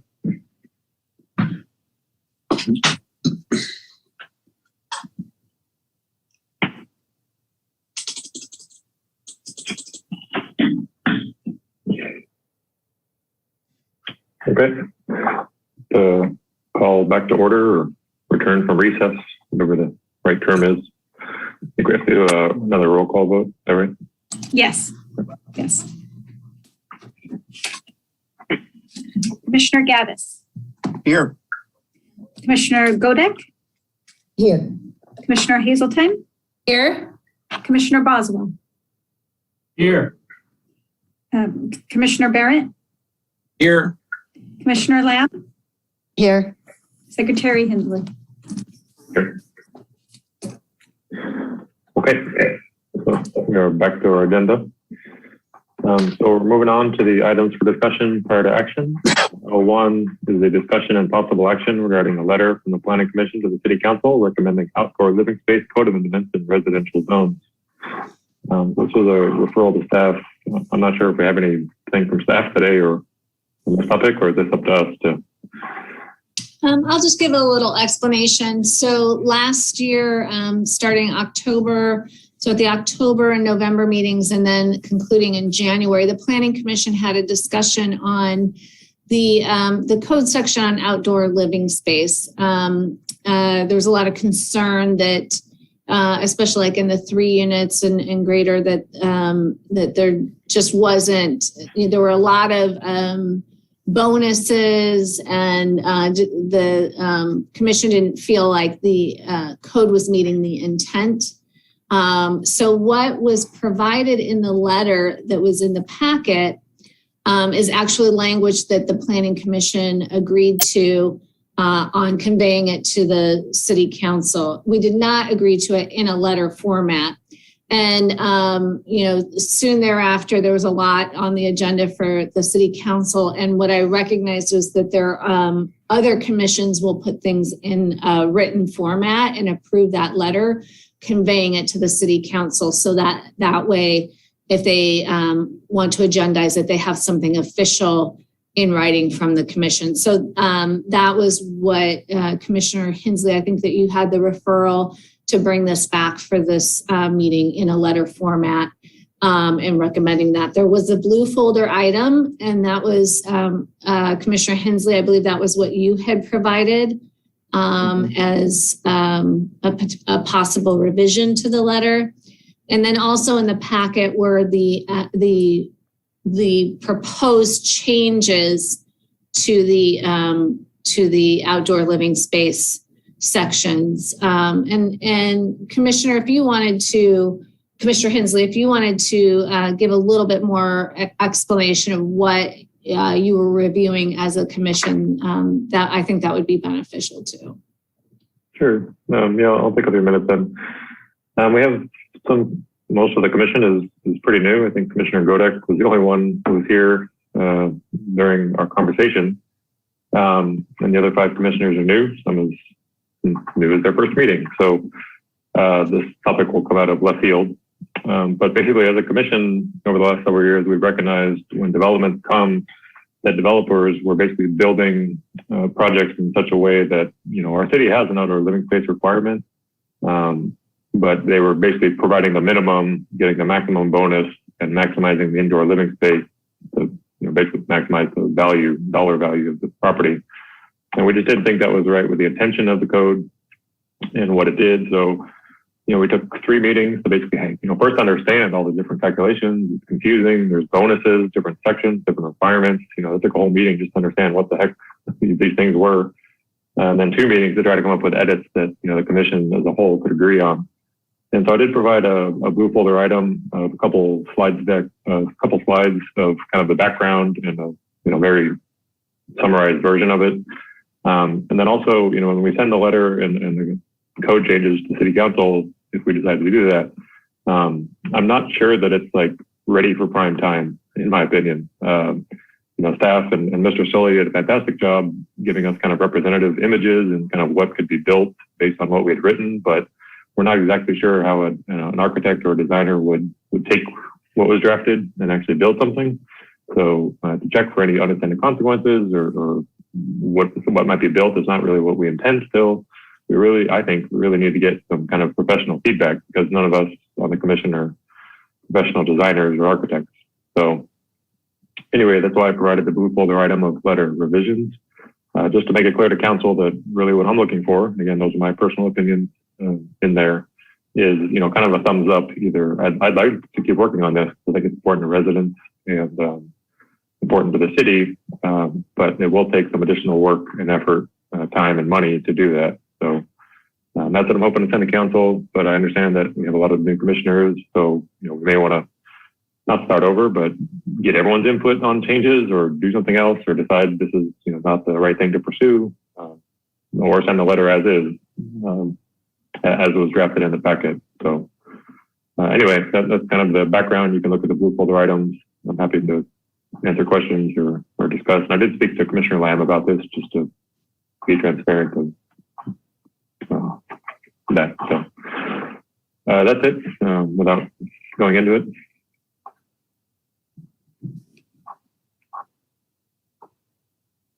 Commissioner Barrett.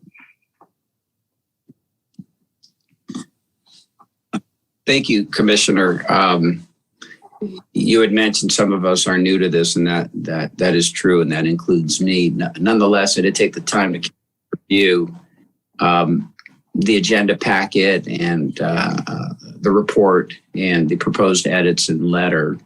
And I could tell a lot of work and thought has gone into this. Myself, I do think I need more time to familiarize with and be educated about this issue. And I would also like to take a little time to meet and speak with District 5 residents on this. So for me, as I said, I do need a little time. And again, that's just for me personally before I can make a decision or form a firm opinion one way or the other on what's being proposed. Yep, really understandable. Thank you.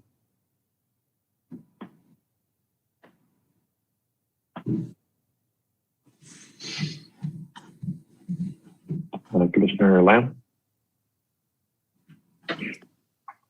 Yes, I wanted to hear from staff in regards to Commissioner Hensley's concerns about whether the proposed changes are in line with good construction and or is it your view also that an architect or another type consultant would need to validate the proposed changes as being good practice, doable, buildable, etc.? So I'd like to hear your thoughts on that. Director. I'll start, and if Sean has anything additional to add, because I know that he, he works with the application so much more familiarly than I do. I'm kind of on that higher level of review.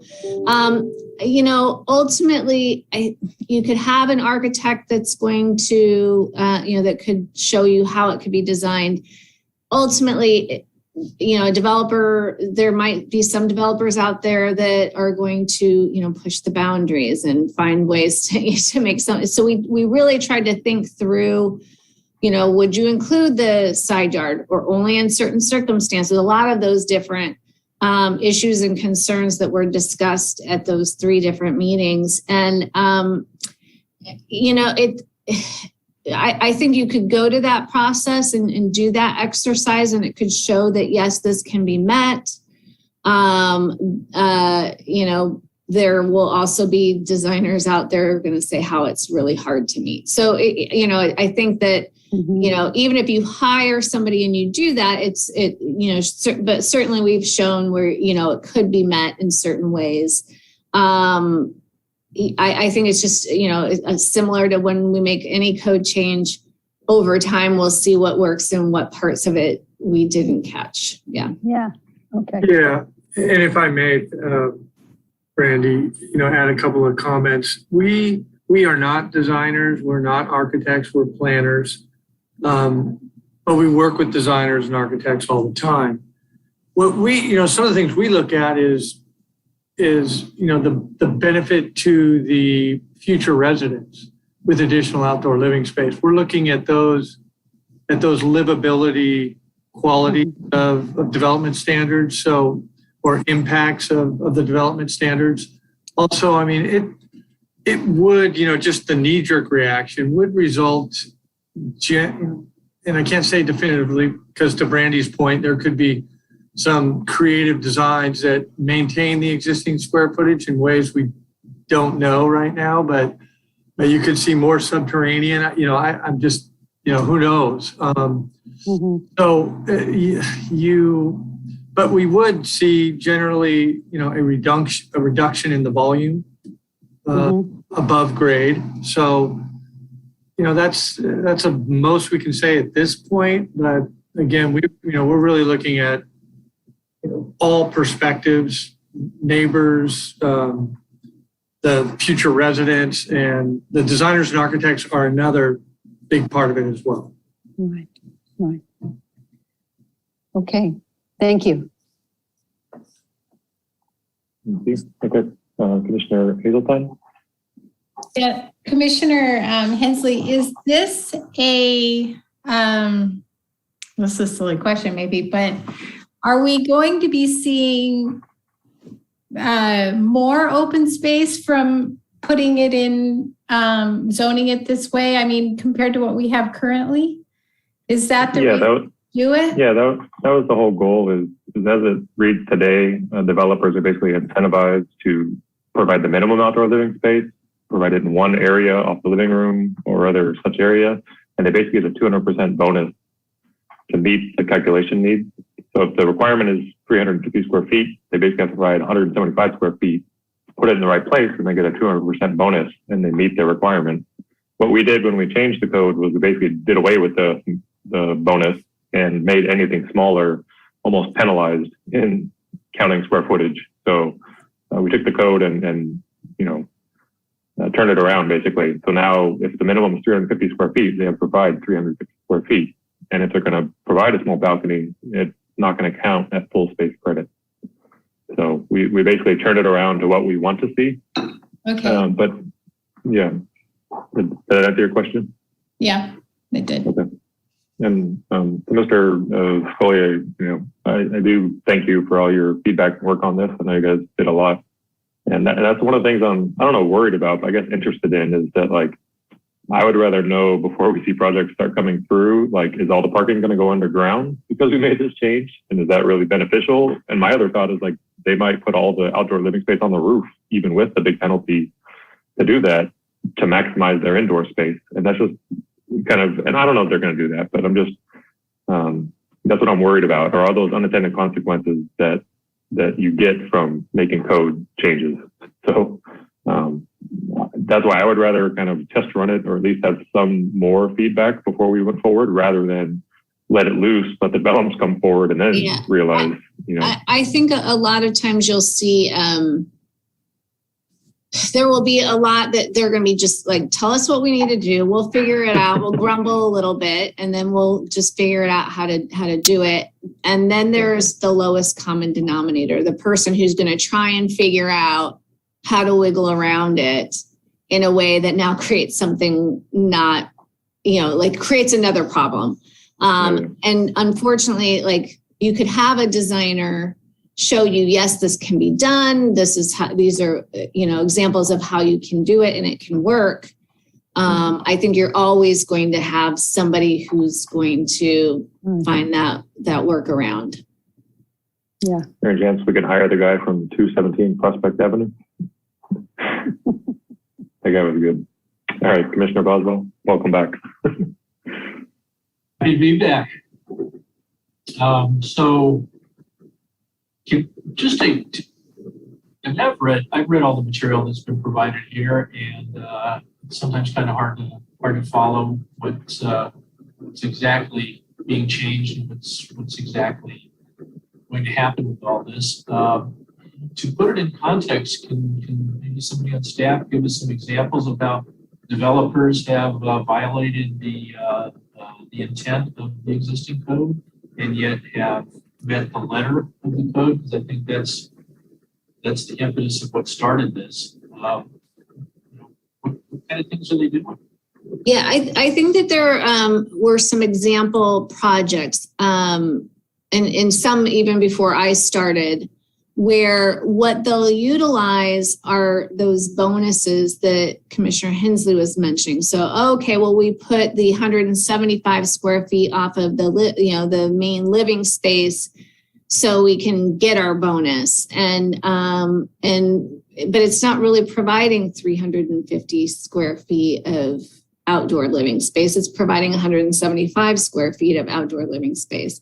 And Sean, I know that there were some projects that like right before this, within the year prior to this, that kind of triggered that conversation.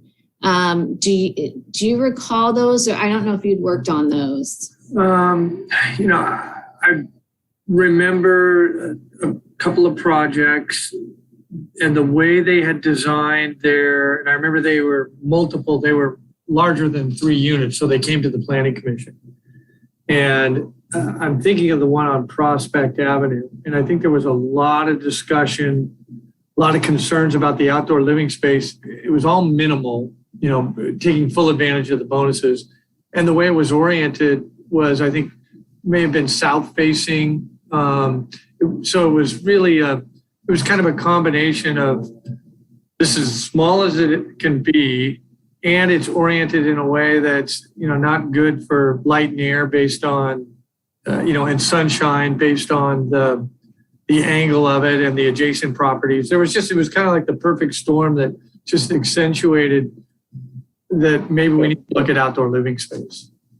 Like it wasn't going to be usable space. Yeah, it wasn't really going to be usable. And it was, it just really, it got everybody's radar up on, well, what is our outdoor living space standard? And is this meeting it? Because this is not very good outdoor living space, So I think one project in particular. What you're saying is that they provide some sort of unused outdoor space and point at it and say, there's my requirement. And then you say, but you can't. 2 people can't pass each other going in opposite directions in there. Yeah. Yes. Over on the side of the building. So they're doing that kind of thing.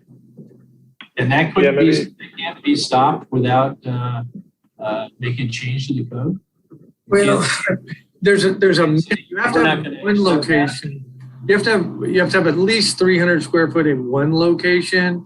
But you can do the bonuses for that. So to Brandy's point, it's not even 175. It's only, they'll just do the 150. And so I'm not understanding how these bonuses, whatever that is, impacts it. That means they meet the code. How are you presenting 175 square feet as meeting that. I mean, how does that work? It sounds crazy. Sean, I'll let you describe that so we don't have multiple of us talking. I'm sorry.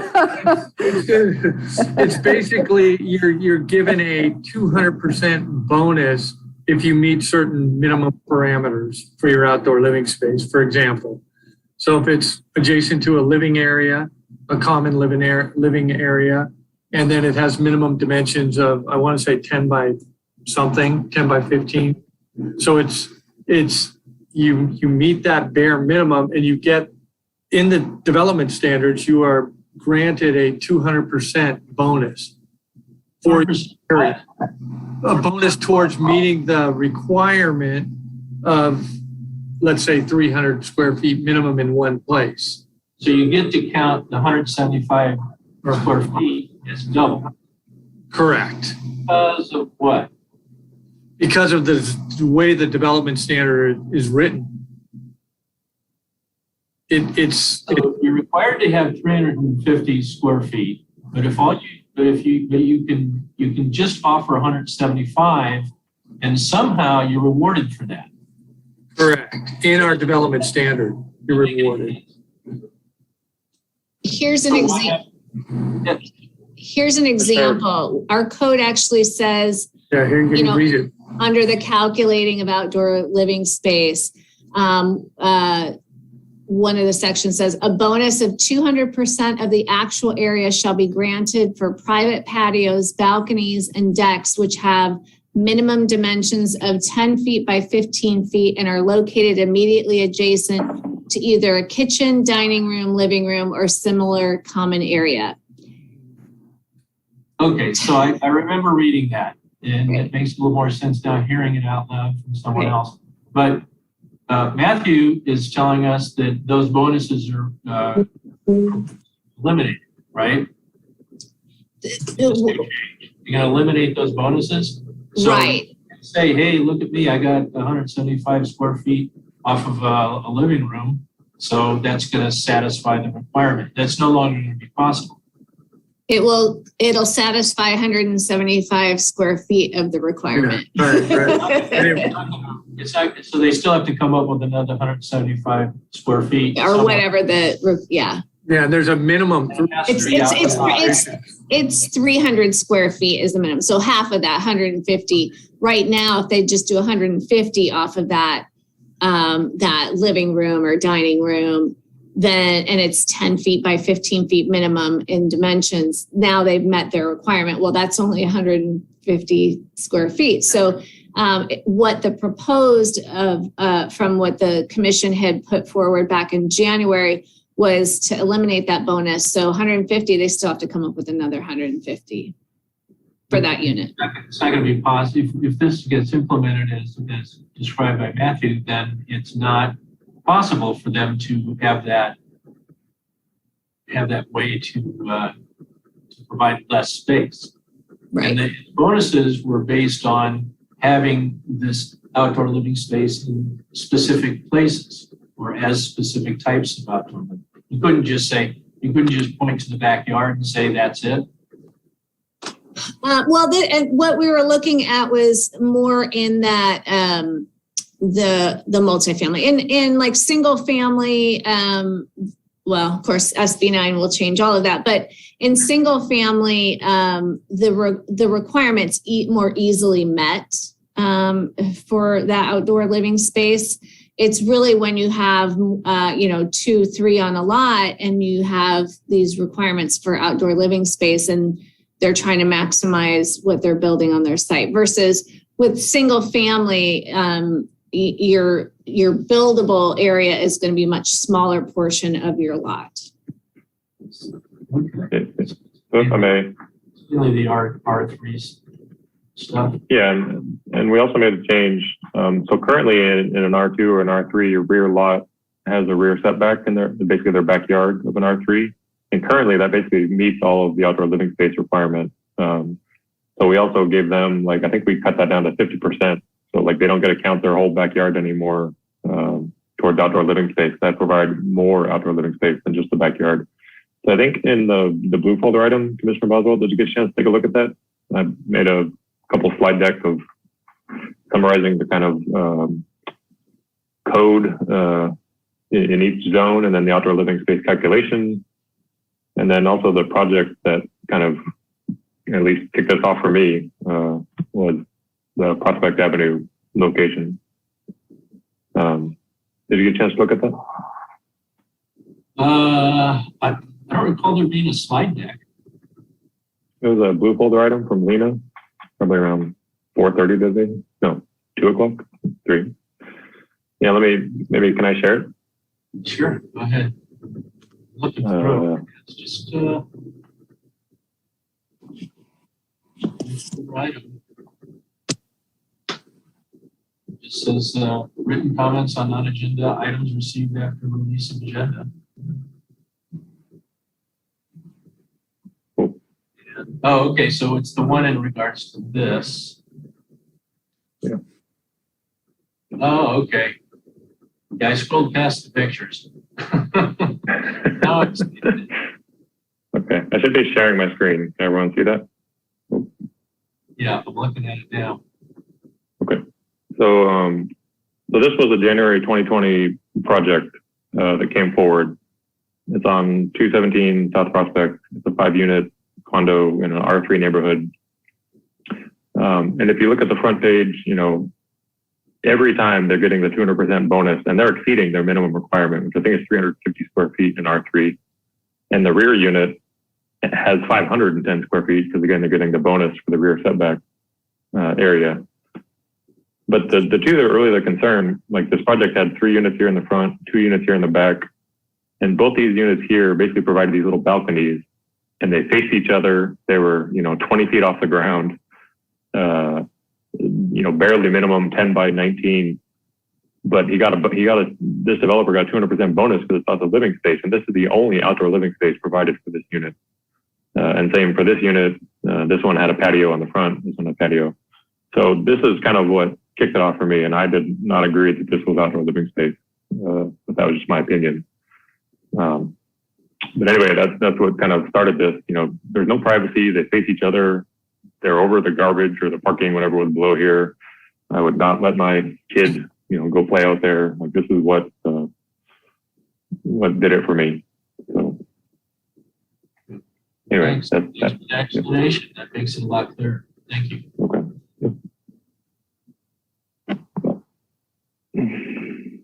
Good. How do I stop sharing?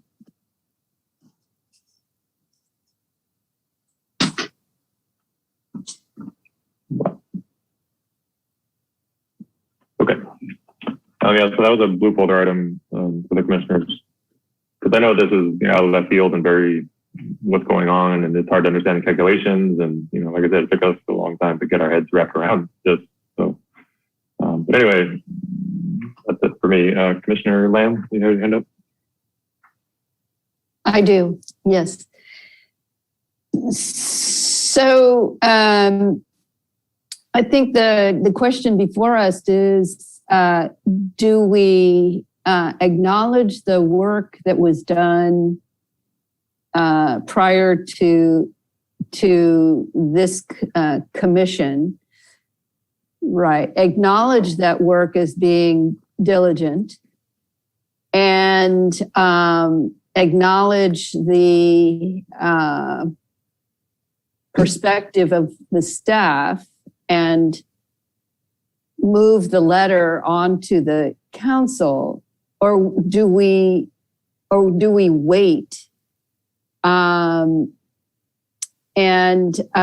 So the question I have in regards to waiting is, how compelling is this change? How long would the wait be? And how compelling is this change? I know, Commissioner Hensley, you've been waiting 2 years. You asked, I think it was last month, right? You asked, please bring this forward. And now it's here.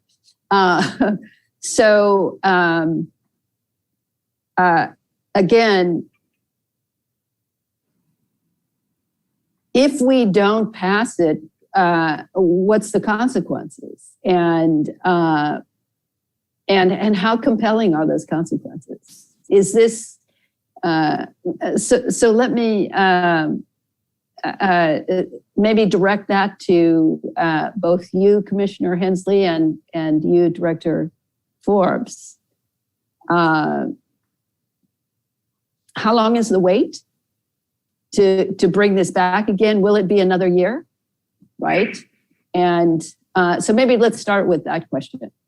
To bring it back for the commission to discuss again or to take to council? For the commission to discuss again. If the new commissioners need to feel compelled, because it will be under their name, right? Feel compelled to have a more robust discussion or robust knowledge.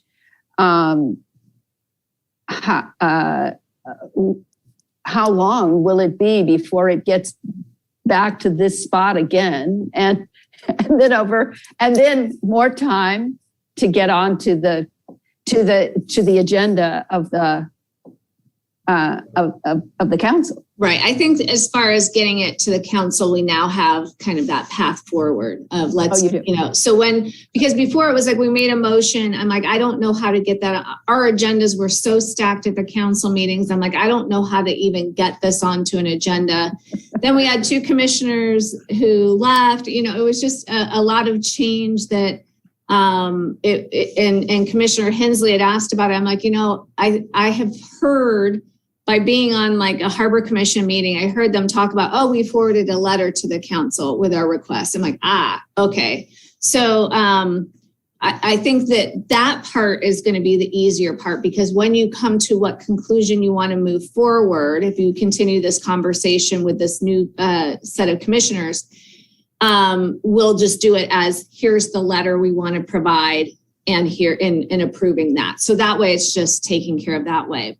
As far as agendizing this, I think we have some space on our January Planning Commission meeting that we could do this conversation at the January meeting, and you could make a motion on this agenda right now to continue this for more discussion at the January Planning Commission meeting, and we'll have it on that agenda. Okay, thank you. Mm-hmm. Okay, we have a couple of commissioners with their hands up. Let me pause here. Lena, do we have a public comment on this? Is that right? Yes, we do have one person for public comment. Okay, can I ask the commissioners with their hands up? Would you like to take public comment first, or would you like me to call on you? Public comment is fine. Okay, thank you. It's fine. Thank you very much. Okay, so we have Holly Osborne. Holly, you can go ahead.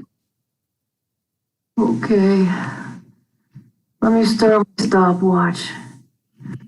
Go. Holly, we'll extend you if you run out of time. Don't worry. Thank you. I don't want to rush. This is Holly Osborne, District 5. I read your housing guidelines from 2003, and I paid particular attention to areas that talked about ground coverage and setbacks. And I'm going to integrate this with some recent articles on heat and a term called concretization. If you read this past Saturday's LA Times, you can see that California is finally starting to wake up to the dangers of heat. Here is one statistic for you. Quote, heat is now estimated to have caused 3,900 California deaths over the last decade, 6 times the number previously reported, end quote. We also have droughts. So the absolute most irresponsible thing we could do is to cut down all our shade trees and pave over all our land so that water could not get to the water table. When I say we could do, I mean we could allow developers to do. So in the Redondo housing guidelines for R1 areas, they mentioned the front yard lot coverage should not exceed 50% of the front yard area. I hope you keep that. Do you rigidly enforce it? And then it says in areas with parkways, in conjunction with the construction of new homes, existing mature trees should be preserved. So I would like to know how you're going to differ in regulations for R1 houses that have a parkway in front between the sidewalk and the street and those that do not. Many in District 5 do not. For those that have a parkway, can you require that at least 50% of the parkway remain permeable? For For those that do not have a parkway, the city actually owns the first few feet of your front yard. Can you pass a law that 50% of it cannot be paved over because it is city property? We have got to pass laws to keep our city cool while we still can. You should also have a similar requirement on parkways or front backs and set in front on parkways or front setbacks of family developments. I have reported before on different maximum temperatures between parts of the city that have shade trees and those that do not. There have been numerous articles published in papers across the country, and they try to relate it to the demographics and social class of the people who live in the different areas. But as an engineer, I am interested in an objective standard. What is the difference in concretization between the areas of high heat-related deaths of the city and those in lower heat-related deaths? And we should now have a way to get that information because a tax was passed a year or two ago that taxes your property based on how big a concrete footprint you have on it. So we could get the statistics on which areas of Redondo are the hottest. And I don't recall whether it was statewide or a countywide law. So I suspect my 3 minutes are up. But we should not let Sacramento's new laws heat up our city. Those laws have a disproportionate negative effect on cities with small lots compared to those with large lots. And this is my last sentence. There is an escape clause in one of the more onerous bills that says we do not have to build if it would have a negative effect on public health. Thank you. Did I make 3 minutes? Thank you, Holly. Thank you, Holly. And let me check if there's any e-comments. That concluded who was signed up to speak. Let me just refresh for e-comments. And no e-comments on the item. Commissioner Hazeltine, did you have your hand up? Did you want to speak? No, I'm all right. Thank you. It was just a really basic question. Well, I'll ask it. I'm not understanding. We definitely, I think, need to move this to January. Can you explain to me what is this bonus? I'm not understanding. So kind of in real terms so that I get what you're talking about. Can I explain it? Is that okay? Sure. You want to go, Brandy? I'll go.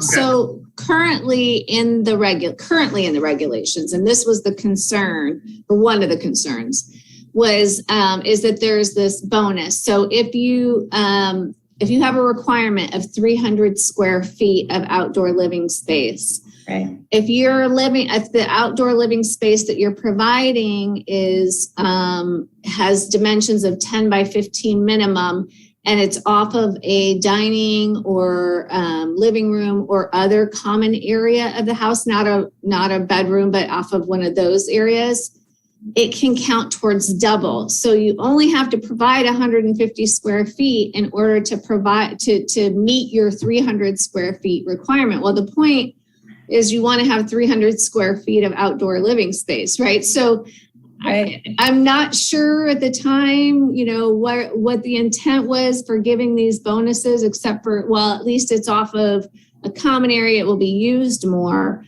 But I think that, in addition to seeing a lot of maybe some abuses of that in applications or perceived abuses of that, we also have had COVID, right? Where people are really needing the actual outdoor space, not a bonus of, only having to have half of that. So I think that that's where, and you can speak to that, Commissioner Hensley, of where that direction of wanting to revisit this came from. Okay, so the bonus is actually a minus for the people, which was confusing to me. Bonus, right? Yeah, exactly right. Right. So, yeah, based on what Holly was saying, we definitely need to get rid of that, don't we? Yep. Obviously. Yep. Thank you. Thank you.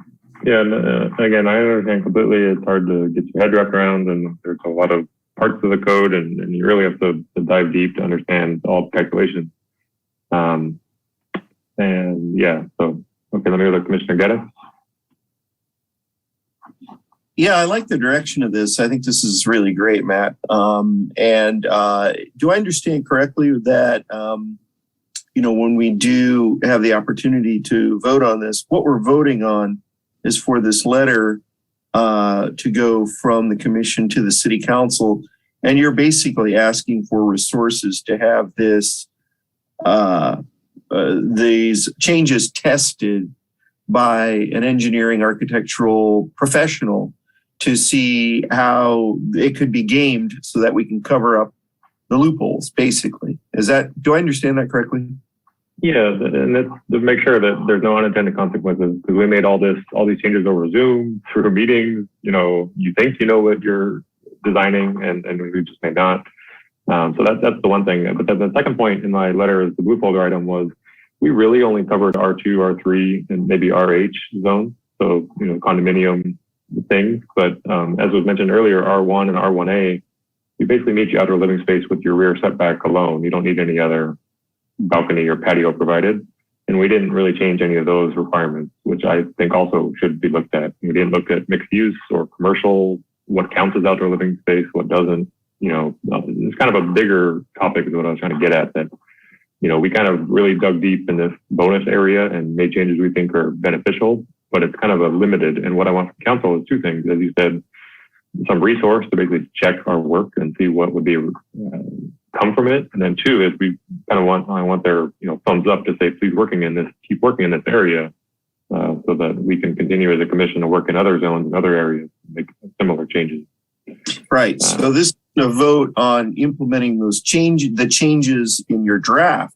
This is a vote to get the city council on board, which I believe, from my perspective, you'd have a lot of support there for this, and to get some professionals, involved to basically polish this thing, make it effective, and make it more widely applicable. Correct?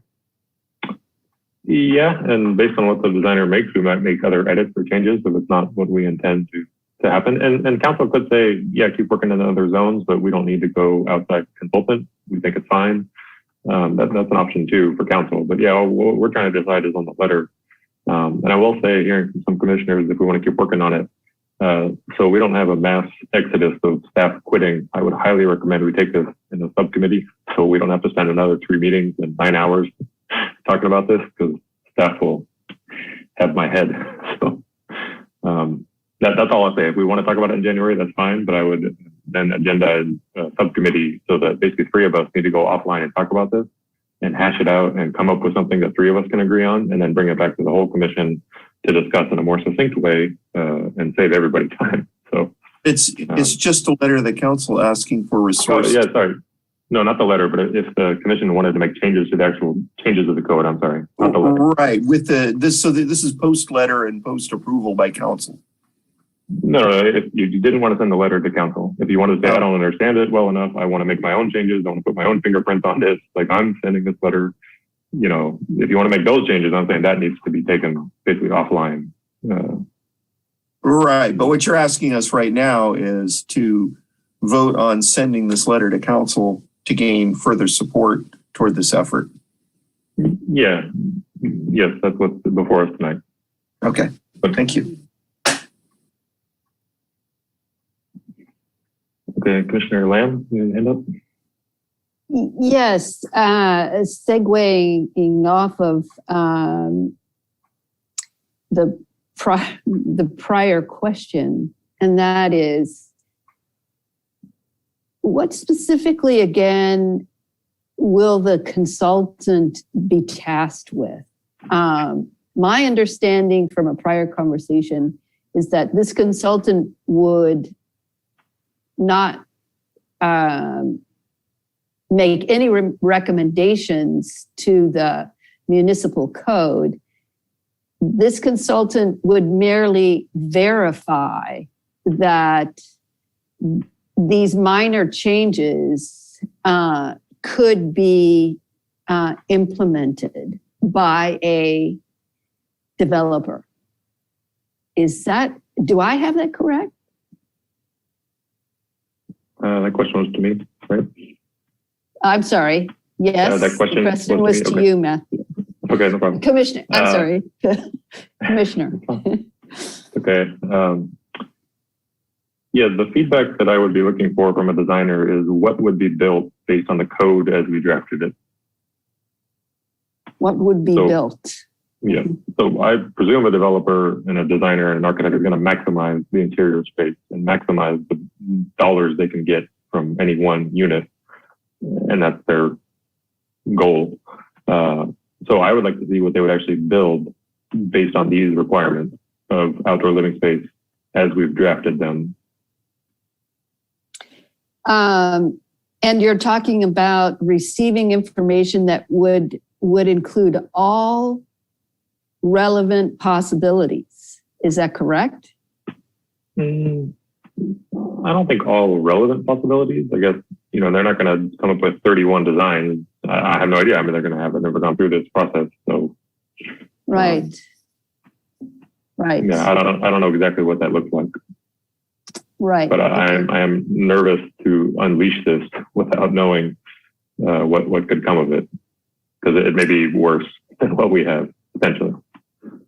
Right. And I think I was hearing Director Forbes say, irregardless of what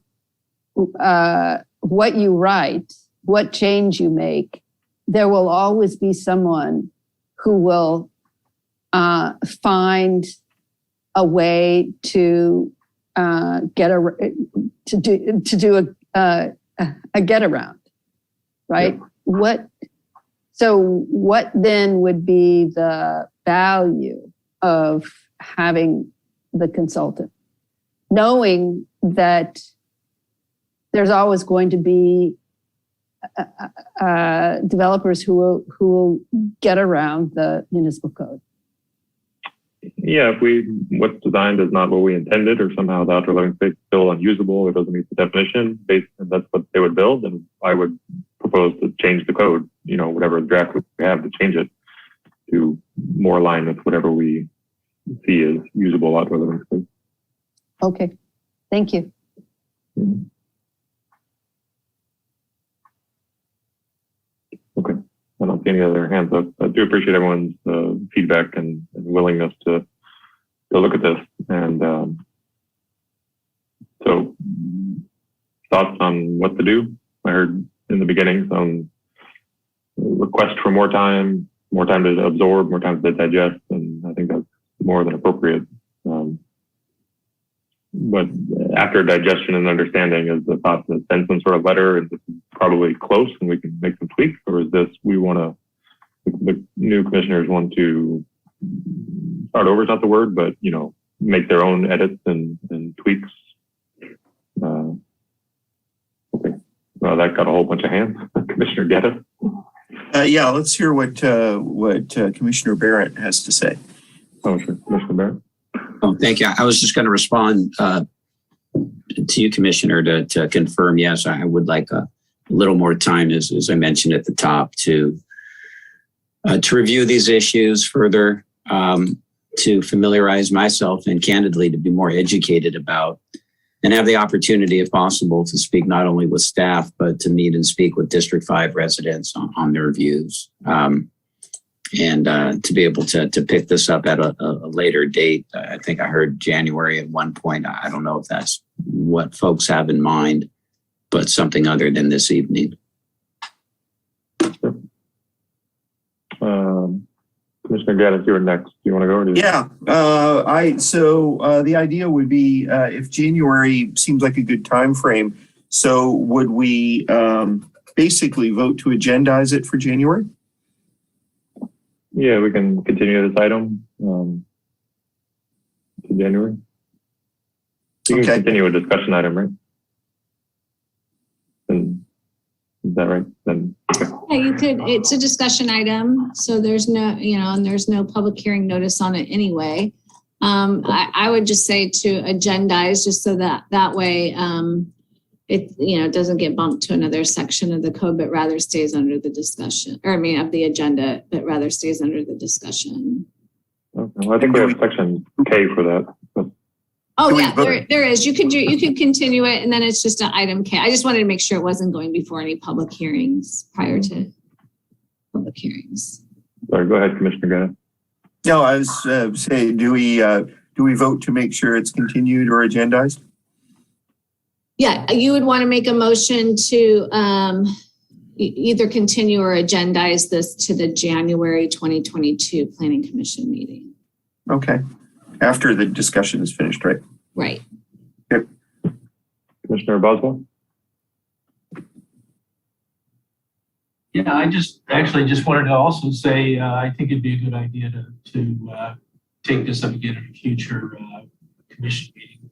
I'd like to get some more fluency on this myself. And frankly, I think the idea of then having some conversations with people in my district would be beneficial on needing to get a better handle on all the aspects of this so that I could actually do that. Maybe January is time, maybe February. So definitely we want to put it further down the road before we make a final decision on what this takes on. I think if you were to move it to the January meeting and say at that point you haven't had the opportunity, for whatever reasons you weren't able to really communicate with the neighbors the way you wanted to, you could continue it again, and then we'll have a better idea. Because I think right now I'm like, I think there's something coming on February that might be a big item, but then what if that gets moved? So I don't want to tell you not February. But January I know is pretty light right now. Okay. Sounds good. Let me check one more time if there was any public comments or anything else. Lena? No additional public comment. Okay. So someone want to make a motion then to continue item L1 to the January 2022? Motion to continue the item to January. Second that. Got a motion and a second. I don't see any other hands up, so we will take a roll call vote on the motion to continue item L1 to the January 2022 Planning Commission meeting. Commissioner Boswell? Yes. Commissioner Geddes? Aye. Commissioner Godek? Yes. Commissioner Lamb?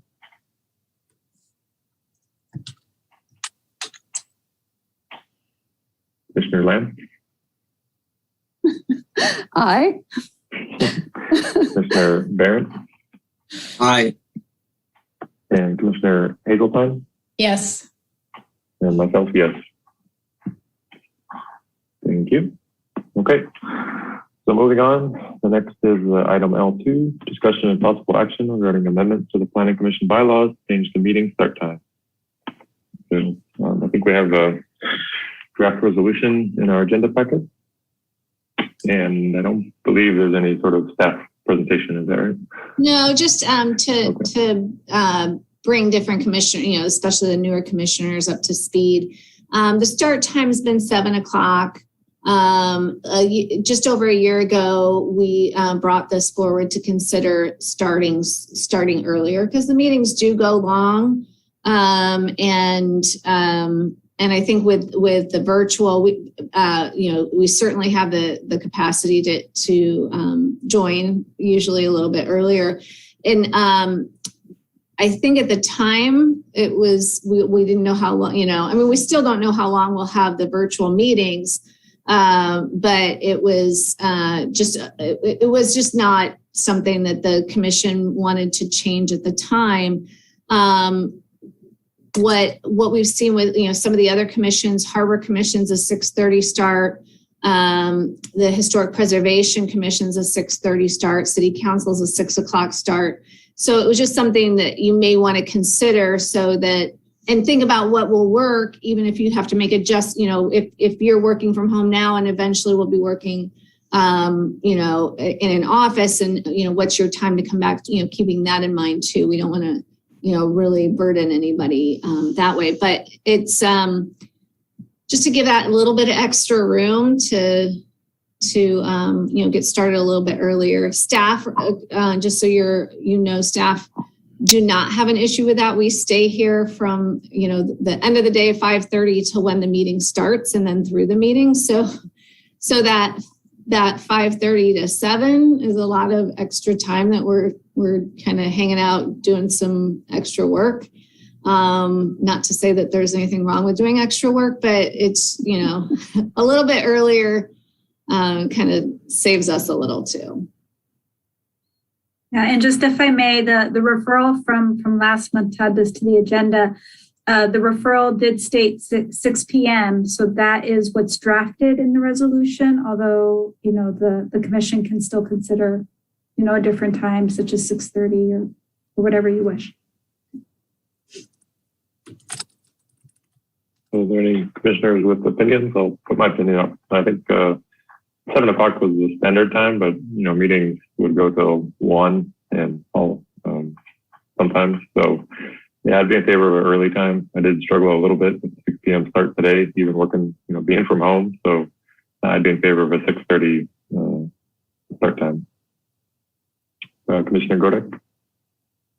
Yeah, having been in a few of those meetings that went long after midnight, I would be very happy to move the start time up.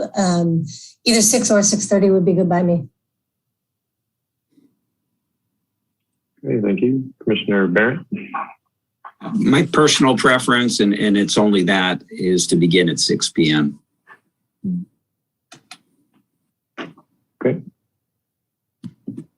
Any other commissioners have an opinion? No opinion? 7 o'clock, 7:30? It's up to us to decide the start time. Are there? Oh, sorry, Commissioner Geddes?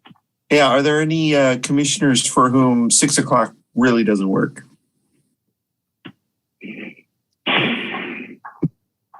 Just me. Yeah, normally I don't get off work till 5:30 or 6 o'clock, so I barely could make it during work from home, and in the office I would be eating dinner at the site.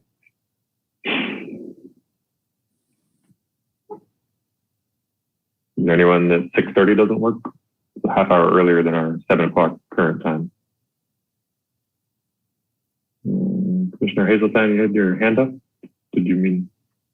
I was just gonna say 6 sounds great to me. Okay. Well, I might lose out on this motion. Commissioner Barrett?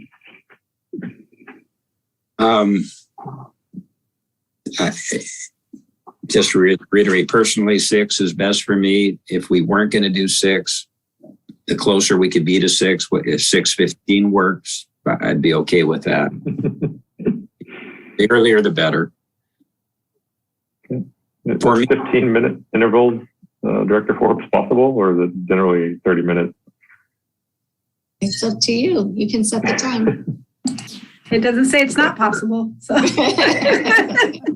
All right, 6:17.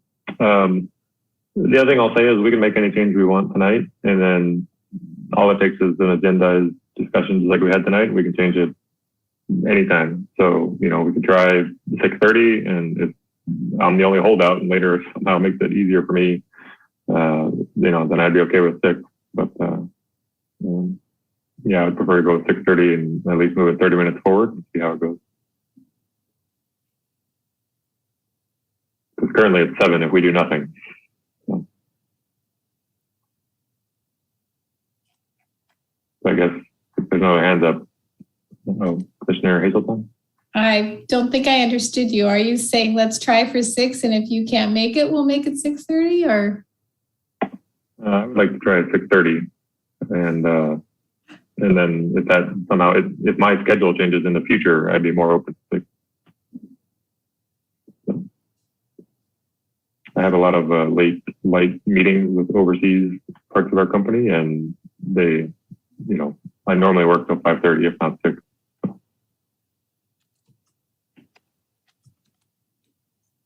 Commissioner Boswell? You're on mute. Doug. No. You're muted, Doug. Gotta find the mouse, and then I gotta find the. So yeah, for my own purposes, it doesn't matter to me. I'm usually still working at this time, so yeah, I'm off early on a planning commission meeting night. So, but it just doesn't seem like shaving off a half hour really makes that big of a difference at the other end. I mean, if we're going to do this, we should do 6 o'clock.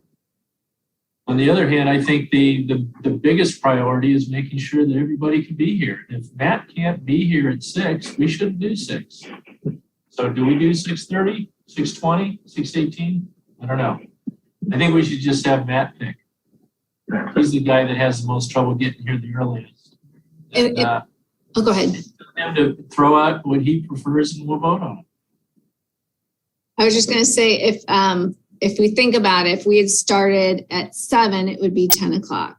If we had started at 6:30, it'd be 8:30, or 9:30. So it's, 9:30 is better than 10. 9 is better than 9:30, but I agree with you. I think that it's important for all the commissioners to be able to make it. That's why it's the bylaws. That's why, you vote on it as a body. That's the most important thing. I mean, when I tried this a year and a half ago, I couldn't get enough support to move it from 7 to 6:30. And now it's 6 to 1 to move it to 6. Well, I'll make a motion that we do 6:30.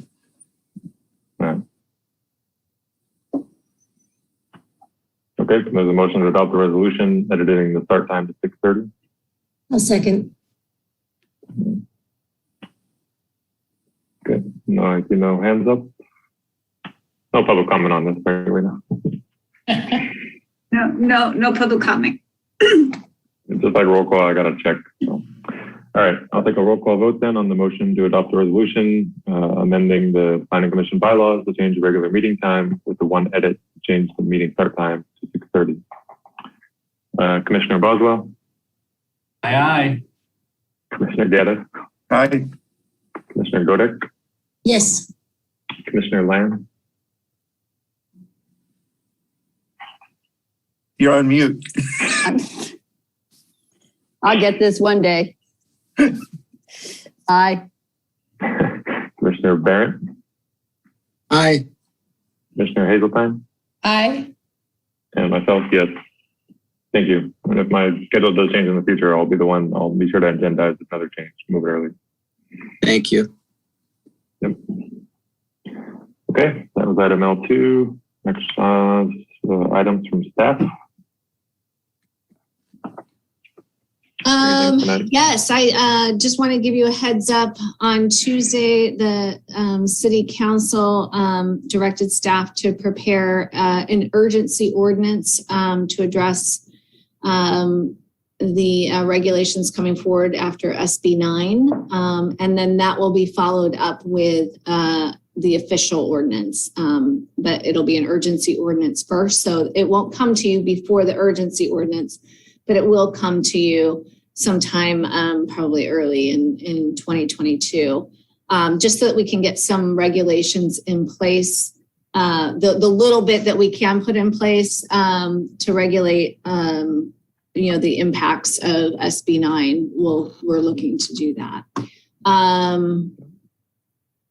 The inclusionary housing ordinance, they've given direction on policy for that, so we can now prepare the ordinance. So that will be coming before you again early 2022.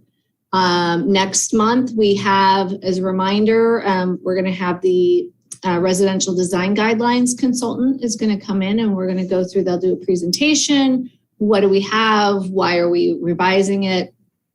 Get some of the input from you. So we'll make sure to get you some of those materials in advance so that you can start thinking about, okay, here's what we have. How is it? It's so subjective. How, what would we want to do to make it more objective so that we can have a really hearty conversation with them at the December meeting. And then again, at the December meeting, we do have the bringing back the encroachments conversation that we have started a couple times. So just wanted to give you a heads up on some of the things coming. Sean, anything else? I would add, we have a GPAC meeting on November 30th. That's our ongoing general plan update. We have a couple of commissioners that are on our GPAC and general plan advisory committee. And that will be solely for the purpose of reviewing and making comments on our open space and conservation element, one of our mandatory elements of our general plan. Yeah, very much focusing on the goals and policies. Yes, correct. Okay. So I think that's enough. yeah. Sounds like a busy December. And I'm sure there's 10 things I've forgotten to remind you of. So. Okay. All right. Next, we'll go to commission items and referrals to staff. Let me go down the list so make sure I don't miss anybody. Commissioner Boswell, do you have any items or referrals to staff? I'm not sure if this is the place to do it, but I'm surprised it hasn't been done already. Unless it was what I was missing. But I'd like to make a motion to elect a new committee chairperson. Yeah, so we would need to put that on, agendize that. We could agendize that for the next meeting. That could be in the December meeting. Mm-hmm. All right, great. So when we do the referrals, that would be a motion, and then somebody would second it, and you do have to vote on that so that as a whole, you're saying this is what we want to refer to staff. Yes. So is there a second Commissioner Boswell's motion to agendize the discussion to elect the chair? I second. Okay, here's a motion and a second. I don't see any hands up, so we'll take a roll call vote. Commissioner Boswell? Funny if I said no, right? Your idea. I'm going to say yes on this one. Okay, thank you. Commissioner Geddes? Aye. Commissioner Godek? Yes. Commissioner Lamb? Aye. Commissioner Barrett? Aye. Commissioner Hazeltine? Yes. And myself, yes. Thank you, Commissioner Boswell. That was going to be my referral as well. Okay. Next, Commissioner Geddes, do you have any items or referrals to staff? I do not. Thank you. Thank you. Commissioner Godek? None, thanks. Okay. Commissioner Lamb? No, thank you. This would be the time if you wanted to refer your PCF question. It's really just a question. I don't.